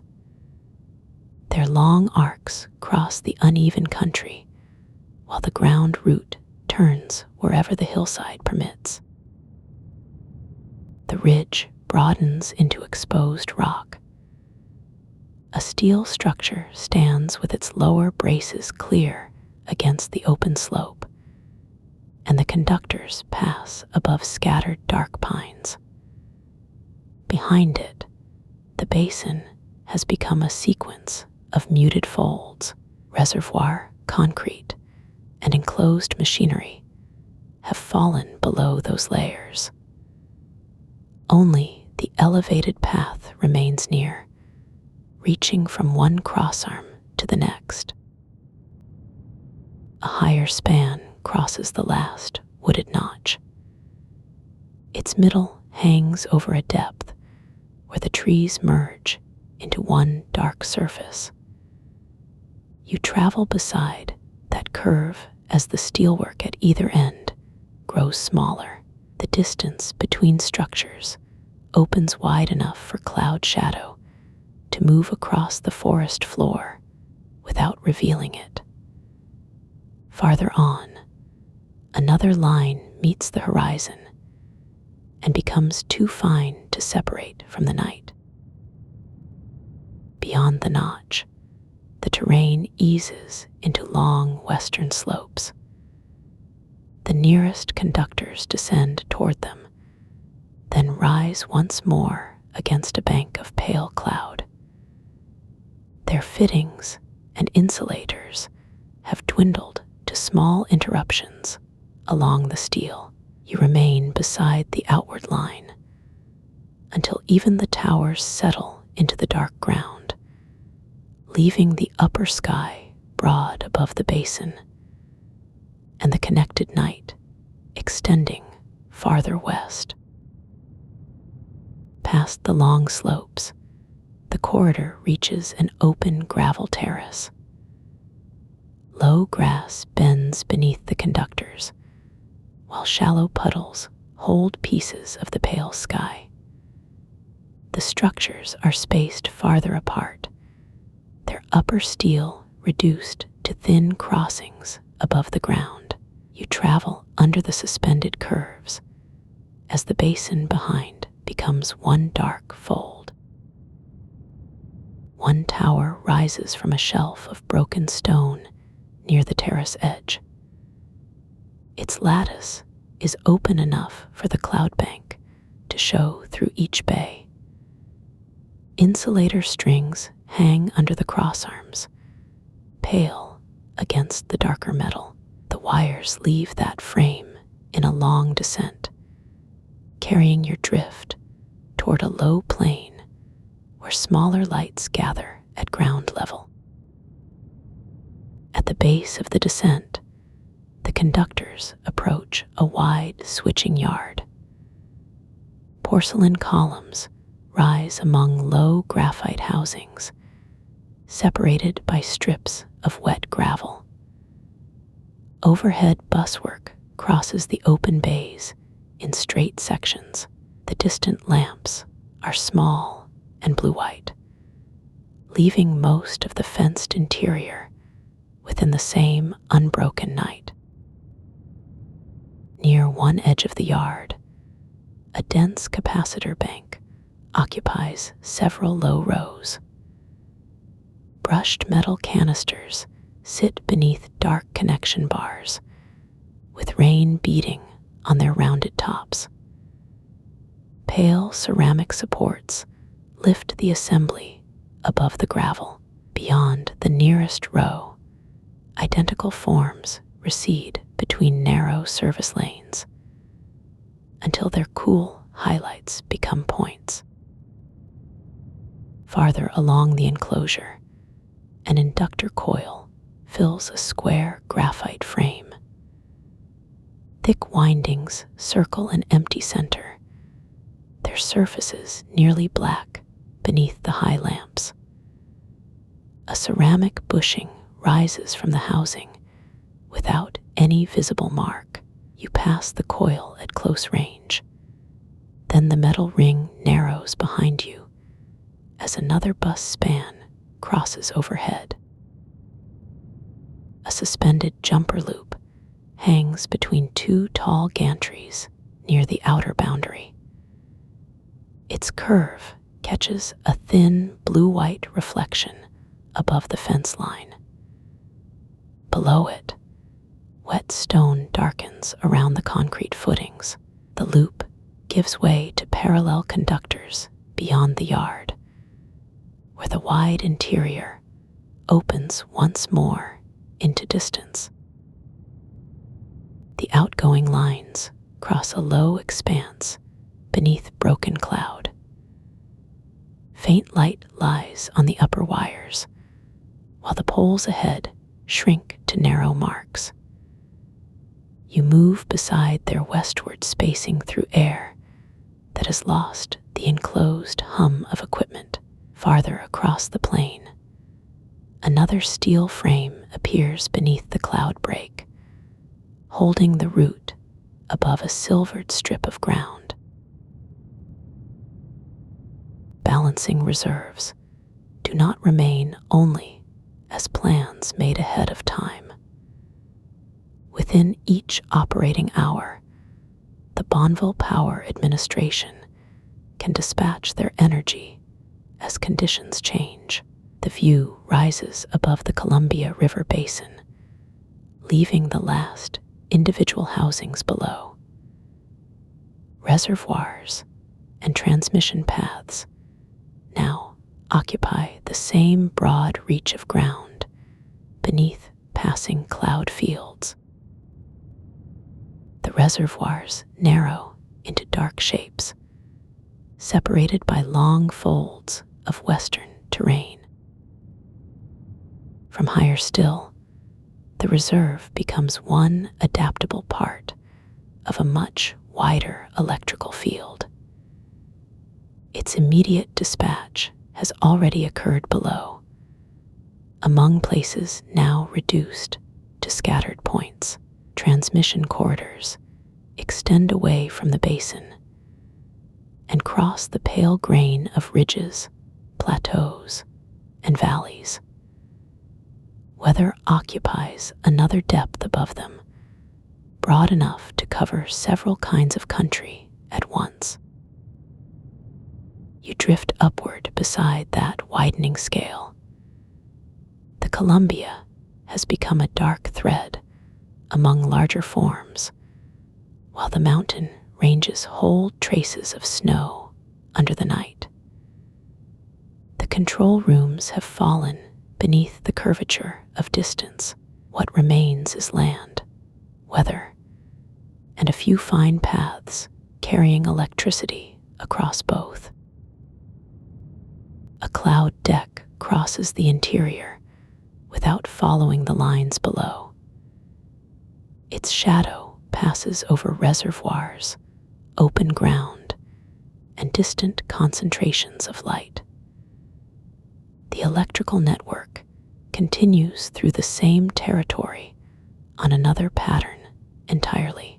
From this altitude, the two systems overlap without resembling each other. One shaped by air and terrain, the other by connected paths laid across the continent. The western night opens southward, its mountain spine continuing beyond the basin. Farther south, California takes its place along the dark coast. Inland valleys form a quieter plain between mountain walls, and cloud fields arrive from the ocean in broad, uneven bands. The scattered lights below are too distant to belong to individual rooms. Ahead, several pale layers begin to gather over the terrain, each extending beyond the edge of any single reservoir or transmission corridor. The California Independent System Operator combines demand, renewable generation, and weather forecasts in its short-term operation for grid operators and Western market participants. The three kinds of estimate meet over the same Western terrain, where an ocean cloud band can occupy the same broad reach as inland electrical need. The coast remains a dark edge beneath the cloud. Inland, the valleys widen between mountain folds, carrying scattered points of light into the distance. At this scale, the short-term picture belongs to the whole reach at once. The pale layers extend across coast, plain, and high ground without becoming a single chosen path. A pale weather edge crosses the coast and continues inland beyond the valleys. You rise above its upper surface, where the cloud tops lose their smaller shadows. The ground remains visible through long openings below. Mountain ridges pass beneath one after another, while the projected field reaches farther than any individual cluster of lights. California has become a narrow portion of the western darkness. Projected demand belongs to the inhabited ground beneath you. Renewable generation occupies another part of the same short-term account. Weather moves across both, arriving as broad cover along the coast and thinner formations over the interior. Each estimate keeps its own character while sharing the same approaching interval. The ocean side of the picture is smooth and dark. Farther inland, broken cloud shadows lie across elevated country, separated by clear reaches of moonlit ground. You drift above the division between them, carried south and east as the coastline begins to narrow behind the mountains. The forecast fields continue over a broad interior plateau. Their pale surfaces cross dry basins and folded ranges, then extend toward another depth of the western night.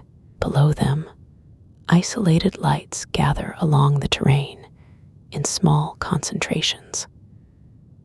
Beyond those points, the projected reach widens again beneath a thin veil of cloud. Across the plateau, generation is represented beside the conditions expected to shape it. The National Laboratory of the Rockies describes renewable forecasting integrated directly into energy management systems as increasingly valuable to system operators. Far below, mountain snowfields and open basins occupy separate folds of the dark terrain. Integration carries the forecast into the larger working picture rather than leaving it apart. Demand, generation, and approaching conditions can remain within one operational setting.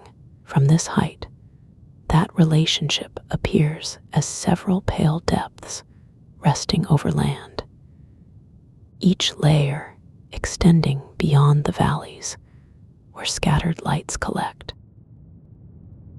You drift above those layered depths as the nearest ridges lose their sharpness. The ground opens southward into wider country. A long cloud margin crosses the interior at an angle. Clear air lies behind it, exposing faint chains of light along distant valleys.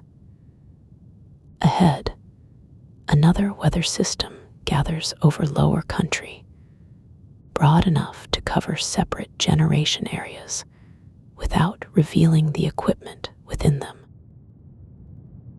Only the large forms remain now: mountain arcs, cloud decks, and widely separated concentrations of light. The terrain continues beneath you in muted steps. High plateaus descend toward desert basins, while the distant cloud cover thins into separate pale masses. The forecasted expanse stretches across each change in elevation, carrying the working horizon farther from any single reservoir or control room. Farther south, mountain chains stand as dark ribs beneath a clearer sky. Small urban constellations gather in the low country, divided by long, unlit reaches. The elevated view follows those intervals toward a broader north to south span, where the western terrain begins to reveal its continental length. Across those separated lights, North American Electric Reliability Corporation certified system operators maintain their credentials through continuing education on a 3-year cycle. The credential endures by being renewed, carrying shared operating knowledge forward, while the terrain below changes from mountains to open basin. The people connected by that requirement remain too distant to distinguish. Only scattered buildings mark their locations beneath the weather, each reduced to a few pale windows amid the larger ground. The human part of coordination has thinned to points across the landscape. The last ridge passes below, its snow crest narrowing into the distance. A broad cloud shadow moves over the next dry shelf. Transmission paths are no longer visible from this height. valleys merge with uplands, while isolated settlements remain as small constellations around the darker folds of terrain. Farther outward, a long snowfield gathers the northern heights into one pale surface.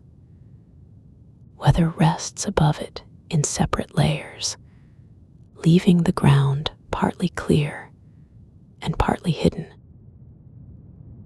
The southern basins recede into a softer darkness. Mountain walls lose their sharp relief, and the spaces between settled places lengthen. You drift above the remaining contours as the western reach begins to occupy the curve of the land itself. At this height, the coast and interior belong to a single sweep of terrain. Cloud fields hang over both, divided by clear openings where the night ground shows through. Ahead, the land stretches toward its full north to south extent. The Western Electricity Coordinating Council's footprint extends from Canada to Mexico.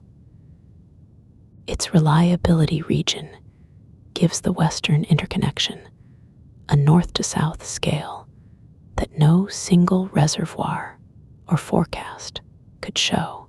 Snowbound uplands, dry interior basins, and southern darkness now rest within one immense reach. A pale chain of peaks remains visible where the northern clouds open. Far below, settled places appear as separate clusters rather than a continuous surface. Their lights gather around valleys, thin through mountain country, and return beside darker lowlands. Weather passes above every arrangement, casting slow shadows that conceal one portion of ground while another emerges. You rise beyond the scale of individual valleys. The air between you and the ground takes on depth, softening ridges that once seemed close enough to cross. Northward snow and southern desert no longer arrive as separate destinations. They extend beneath one high passage, joined by intervening plateaus and folds of mountain shadow. A clear opening in the clouds reveals the dark surface for a while, then slides onward. One opening holds a small city cluster, surrounded by ground with almost no light. The western land continues beneath several layers of weather. Some clouds lie low against the terrain.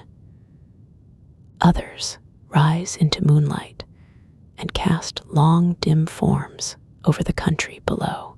Between them, narrow clearings expose mountain spines, dry basins, and scattered lights before the higher air carries you farther on.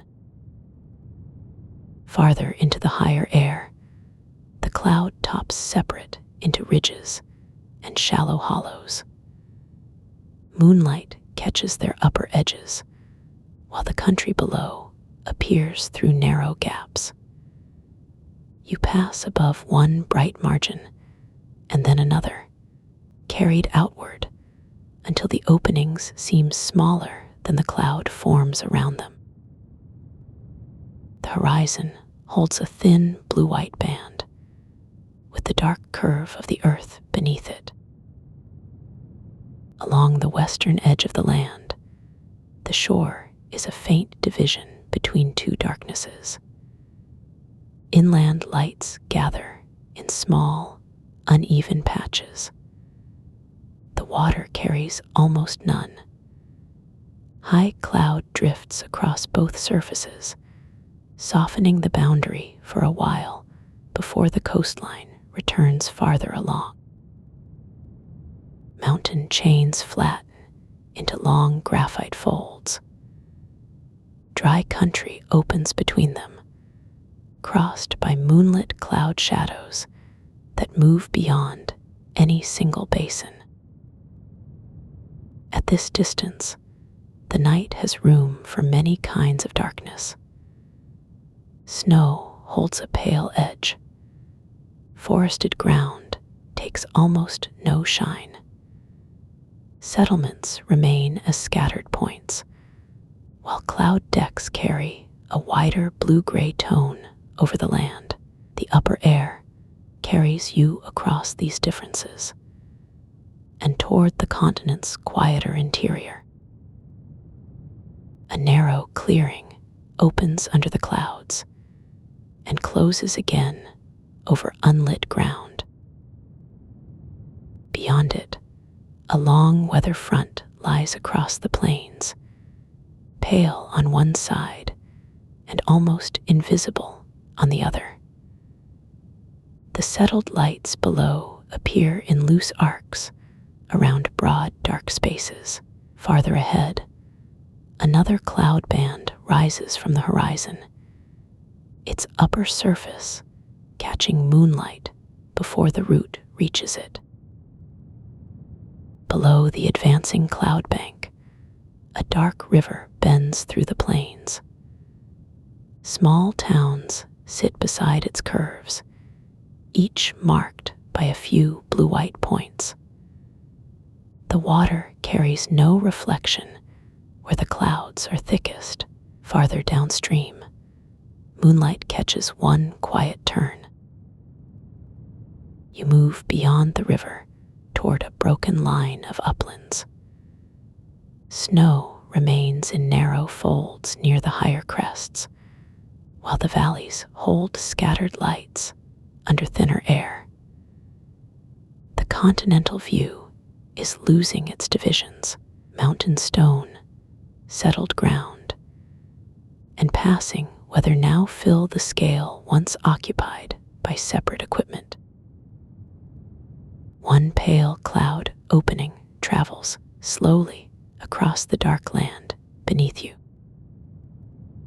Past that opening, the ground broadens into long agricultural textures, softened by altitude. Roads appear only where settlement lights gather along them. Empty spaces remain between those faint chains, extending toward another low weather system whose upper folds are barely separated from the night. The cloud tops fall away near a broad inland darkness. Along its edge, isolated lights mark a few settled places before the surface disappears beneath shadow. Higher still, the continent begins to curve beneath the atmosphere. Weather gathers as physical depth rather than a drawn layer. Tall cloud masses, smooth clearings, and dim valleys held far below. You travel over the last bright clusters toward a quieter expanse where the ground gives back almost no light. At the outer edge of the clear air, a long graphite ridge rises through the cloud cover. Its snow-lined summit catches a narrow blue-white sheen. The lower slopes vanish into the moving surface below as the route carries onward. Beyond the ridge, the cloud cover descends through deep terraces. Far below, a mountain basin holds scattered settlement lights along its darker floor. The summit slips behind, and the opening ahead widens toward dry country where fewer points remain. You move beyond the last snow-lined heights.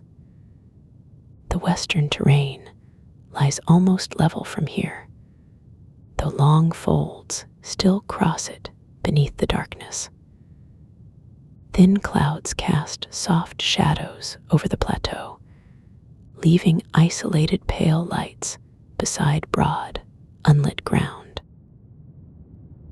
A pale line of moonlight touches one distant escarpment, then leaves the desert dark.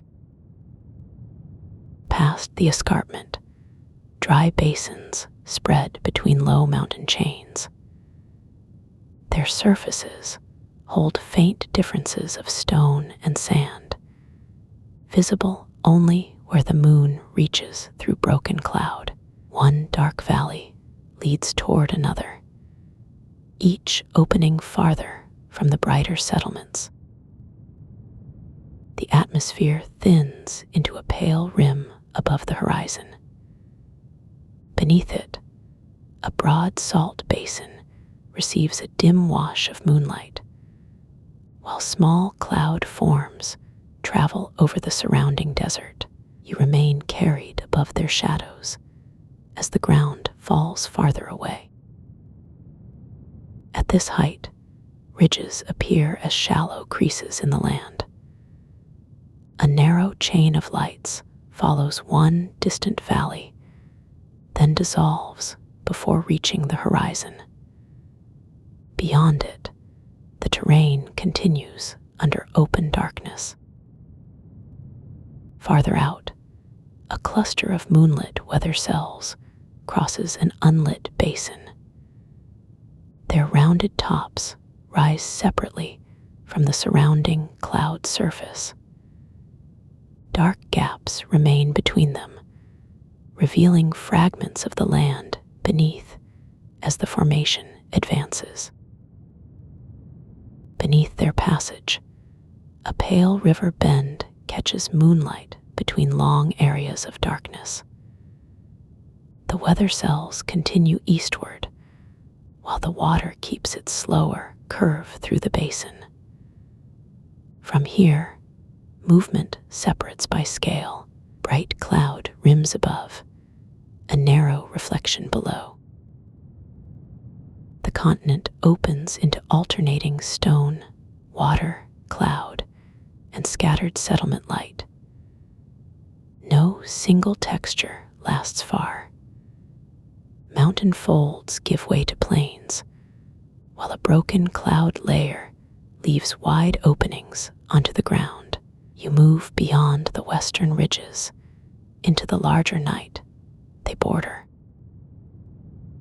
A long lake rests below, dark except for a slender rim of moonlight.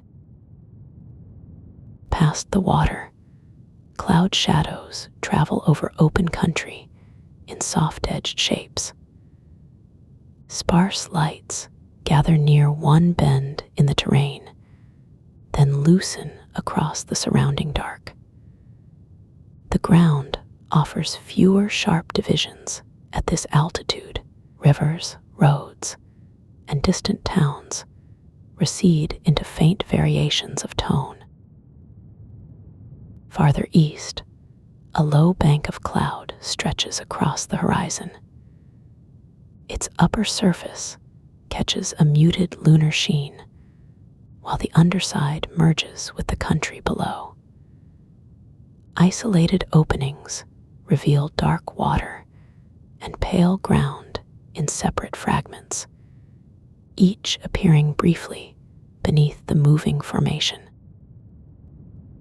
The curvature beneath you grows more apparent as the horizon falls away. Weather occupies the foreground now, with the ground visible through broad clearings. A few distant light clusters remain embedded in the darkness, almost motionless against the slow drift of cloud. Ahead, the cloud cover thins into separate strands over a wide inland darkness. Moonlight reaches the upper surfaces, leaving long spaces between them. Through those openings, another river system begins to show as a faint metallic branching across the plain. The faint river branches widen across the dark plain, then narrow as the rising view carries them farther below. Moonlight catches a bend here and a divided channel there. Between those pale threads, the ground becomes a continuous graphite depth. Scattered settlement lights gather near the water, each cluster separated by long intervals of unlit land. The branching silver remains visible after individual roads and structures have disappeared. A long rise of folded terrain enters from the west. Cloud banks collect along its ridges, leaving several dark valleys open beneath the moon. The peaks no longer stand as separate summits from this height. They form one uneven spine, crossed by pale weather and occasional gaps of bare stone. Farther east, the relief relaxes toward open country, where the river system lies flat against the night. Beyond the last high ridges, a dark shoreline curves beside open water. A low sheet of marine cloud rests offshore, its upper folds brighter than the sea beneath it. Inland weather approaches in broken forms rather than one continuous cover. The space between them reveals pale ground, winding water, and isolated concentrations of light.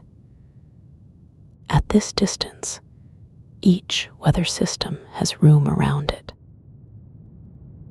The brightest settlements have thinned into small blue-white clusters. Each one rests within a much larger darkness, separated from the next by plains, ridges, and water that carry almost no light.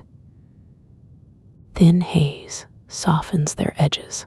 Above them, separate cloud shadows travel across the ground without erasing the faint shapes beneath. You continue outward with the slow curve of the horizon beneath you. The warmth carried from nearer rooms has become a quiet bodily reference, while the visible world has expanded beyond any wall or instrument face. Rivers are fine metallic seams now. Mountain ranges are shallow folds. Weather occupies the greater depth, suspended between the dark surface and the clear space above. Along the far rim, the atmosphere forms a narrow blue-white band. It follows the curvature without a break, brightening where moonlight meets the upper haze. Beneath that line, the terrain recedes into a continuous dark mass. Cloud formations still hold their separate shapes, but their shadows have merged with the night surface.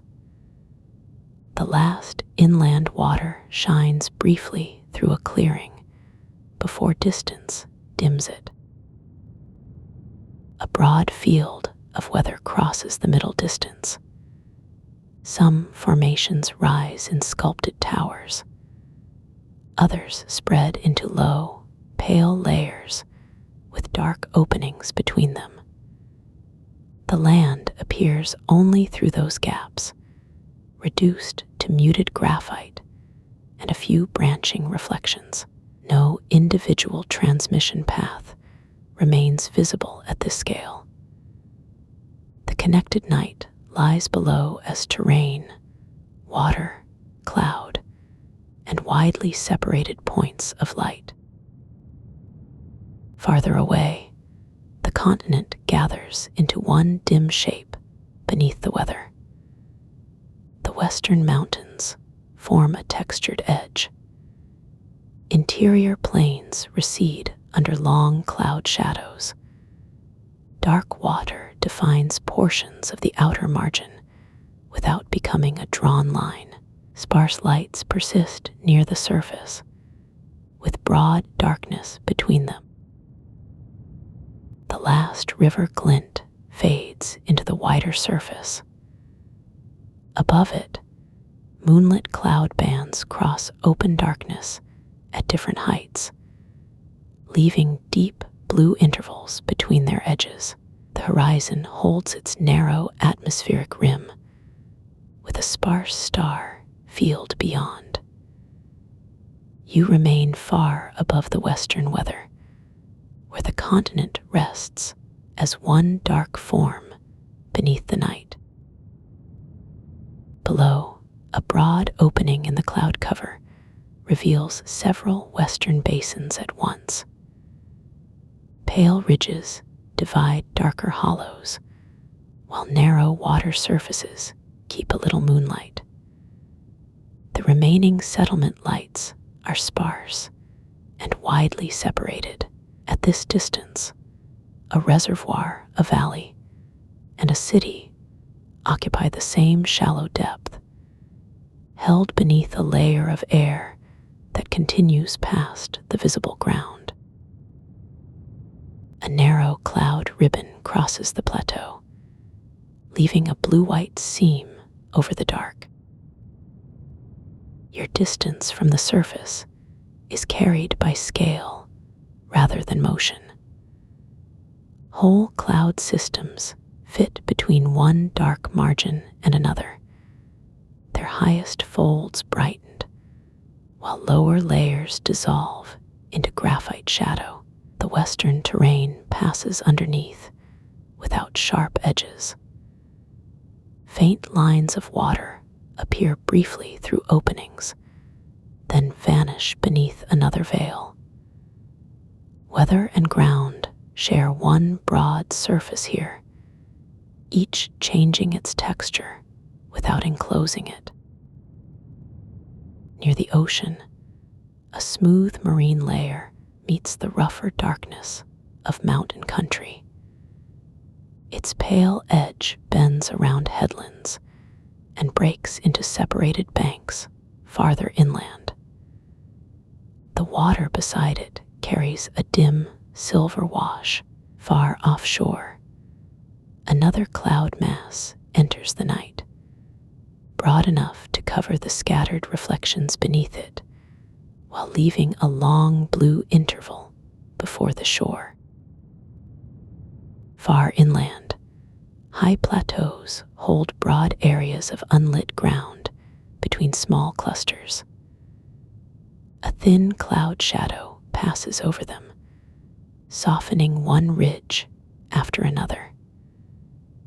The scale no longer fits any single control room or river structure. It belongs to weather spread over connected country, with mountain chains, dry basins, and distant water resting under the same dark air. A broad cloud shelf travels over dark ridges, leaving gaps where a few lakes catch the moon.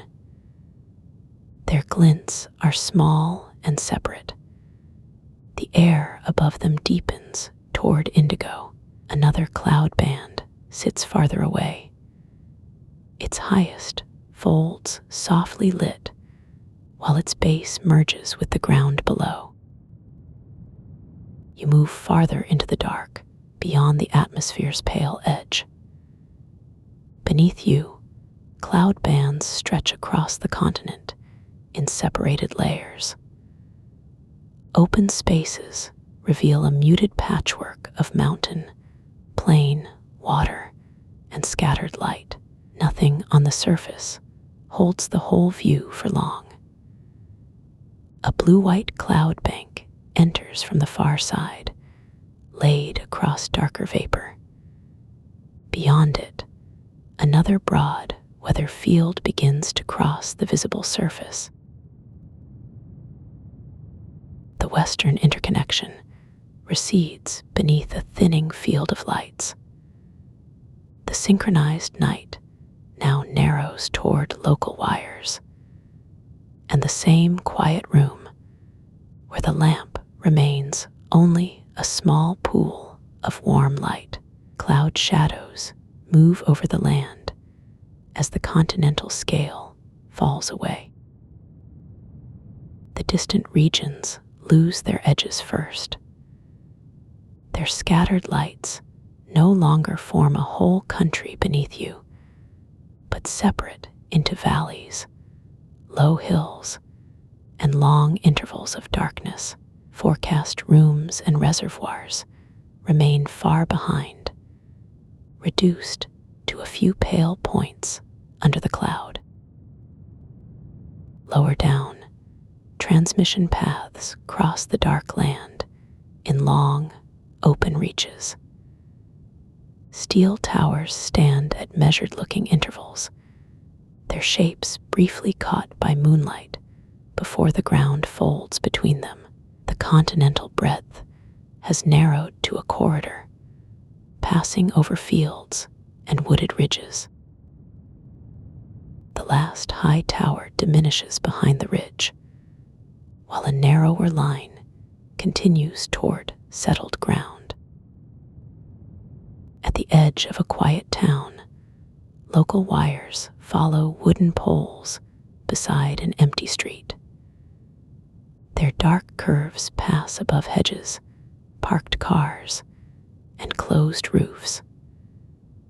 Pools of pale light rest on the pavement below, each one separated from the next by a stretch of shadow. The street gives way to a short garden path. You drift past a low gate and the still leaves gathered along its stones. One house stands beyond them, with a restrained amber glow held behind a curtained window, and the roof dark against the sky. Near the roofline, a black insulated service cable curves from the nearest pole toward the eave. Its fittings catch a narrow blue-white reflection. The line crosses the final open space above the garden, turns beneath the roof edge, and enters the wall. Inside the wall, the wide night narrows to the scale of timber and plaster. The route is hidden here. Only a small metal service box marks where the outside line has entered. Its closed cover rests against the siding, while the garden remains beyond the corner of the house. The outer wall holds the last trace of moonlight before the house gathers everything into shadow. You drift inward through a narrow lower passage. Floor joists cross overhead, and a bundled cable disappears between them without ceremony. The distant continent has fallen entirely from view. At this scale, there are only fitted materials, dark insulation, pale timber, a metal clamp, and the quiet thickness of the house around them. The passage ends near the foot of the stairs. A stair rises from the lower darkness toward a dim amber landing. The steps are ordinary wood, softened at their edges by years of passage. You move upward beside the wall, leaving the enclosed beams below as the warmer interior comes nearer. One amber line rests beneath the closed door at the top. Beyond it, the hallway carries the familiar proportions of the house. A framed patch of darker wall, a shallow baseboard, and a runner lead toward the room at the end. Nothing here holds the continental scale that has receded behind you. The ceiling is low again, and the boards beneath the runner belong to the small distances of home. The bedroom threshold waits ahead, edged by a thin band of warm light. Near it, the runner gives way to bare floorboards and the shadow of the door. The room beyond is still mostly hidden, only the lower corner of the bed and one fold of linen have entered the passage. You pass through the threshold, and the hallway falls behind. The bed stands within reach now, its lower rail quiet against the floor. A blanket descends in broad folds, carrying the room's warmth toward the boards. The immense connected night has narrowed to this familiar piece of furniture and the space beside it. At the foot of the mattress, one quilted edge rests against the coverlet. The cloth holds shallow ridges from earlier movement. Your place lies farther along, beyond the smooth hollow where the pillow waits. Distance is measured again in fabric, floorboards, and the quiet reach across a bed. The curtain hangs beside a pane darkened by night. Faint streetlight rests on the glass without entering far. Roof lines and wires have disappeared into the reflection. Inside, the fabric keeps its long vertical folds, and the room resumes the shape it held before distance widened. A glass of water stands near the bed, holding a dim amber line along its rim. The surface is level. Nothing crosses it now. Weather beyond the roof leaves no mark here, and the clear vessel keeps the ordinary depth of a bedside object. Your pillow receives the weight of your head without ceremony. Linen cools where it has remained open to the air and warms beneath you. Across the fabric, distance loosens into shadow. The night is close enough to hear through the window and soft enough to rest against. Beside the pillow, the nightstand rises no higher than the mattress. Its wooden edge catches a muted amber sheen. A dark cord passes behind it and disappears near the wall. Above, the familiar shade remains within the room's last few feet. The ceiling has become the nearest wide surface now. Beyond it, streets and transmission paths continue through the synchronized night, but their scale has fallen away. Here, the room is measured by the space between pillow and wall, the dark window, and the low amber light beside the bed. The blanket lies lightly across you, holding the familiar shape of the bed. The room keeps its ordinary dimensions. A curtain hangs beside the dark glass. The nightstand stands close enough for its wood grain to catch the shade's glow. Your body is fully home within the linen. The air near the window stays cooler than the warmth gathered under the cover. Beyond the wall, the larger night continues at its own scale, distant from this familiar arrangement of fabric, wood, and glass. You are a long way out tonight, and still home. Beside you, the same lamp remains a small pool of amber light.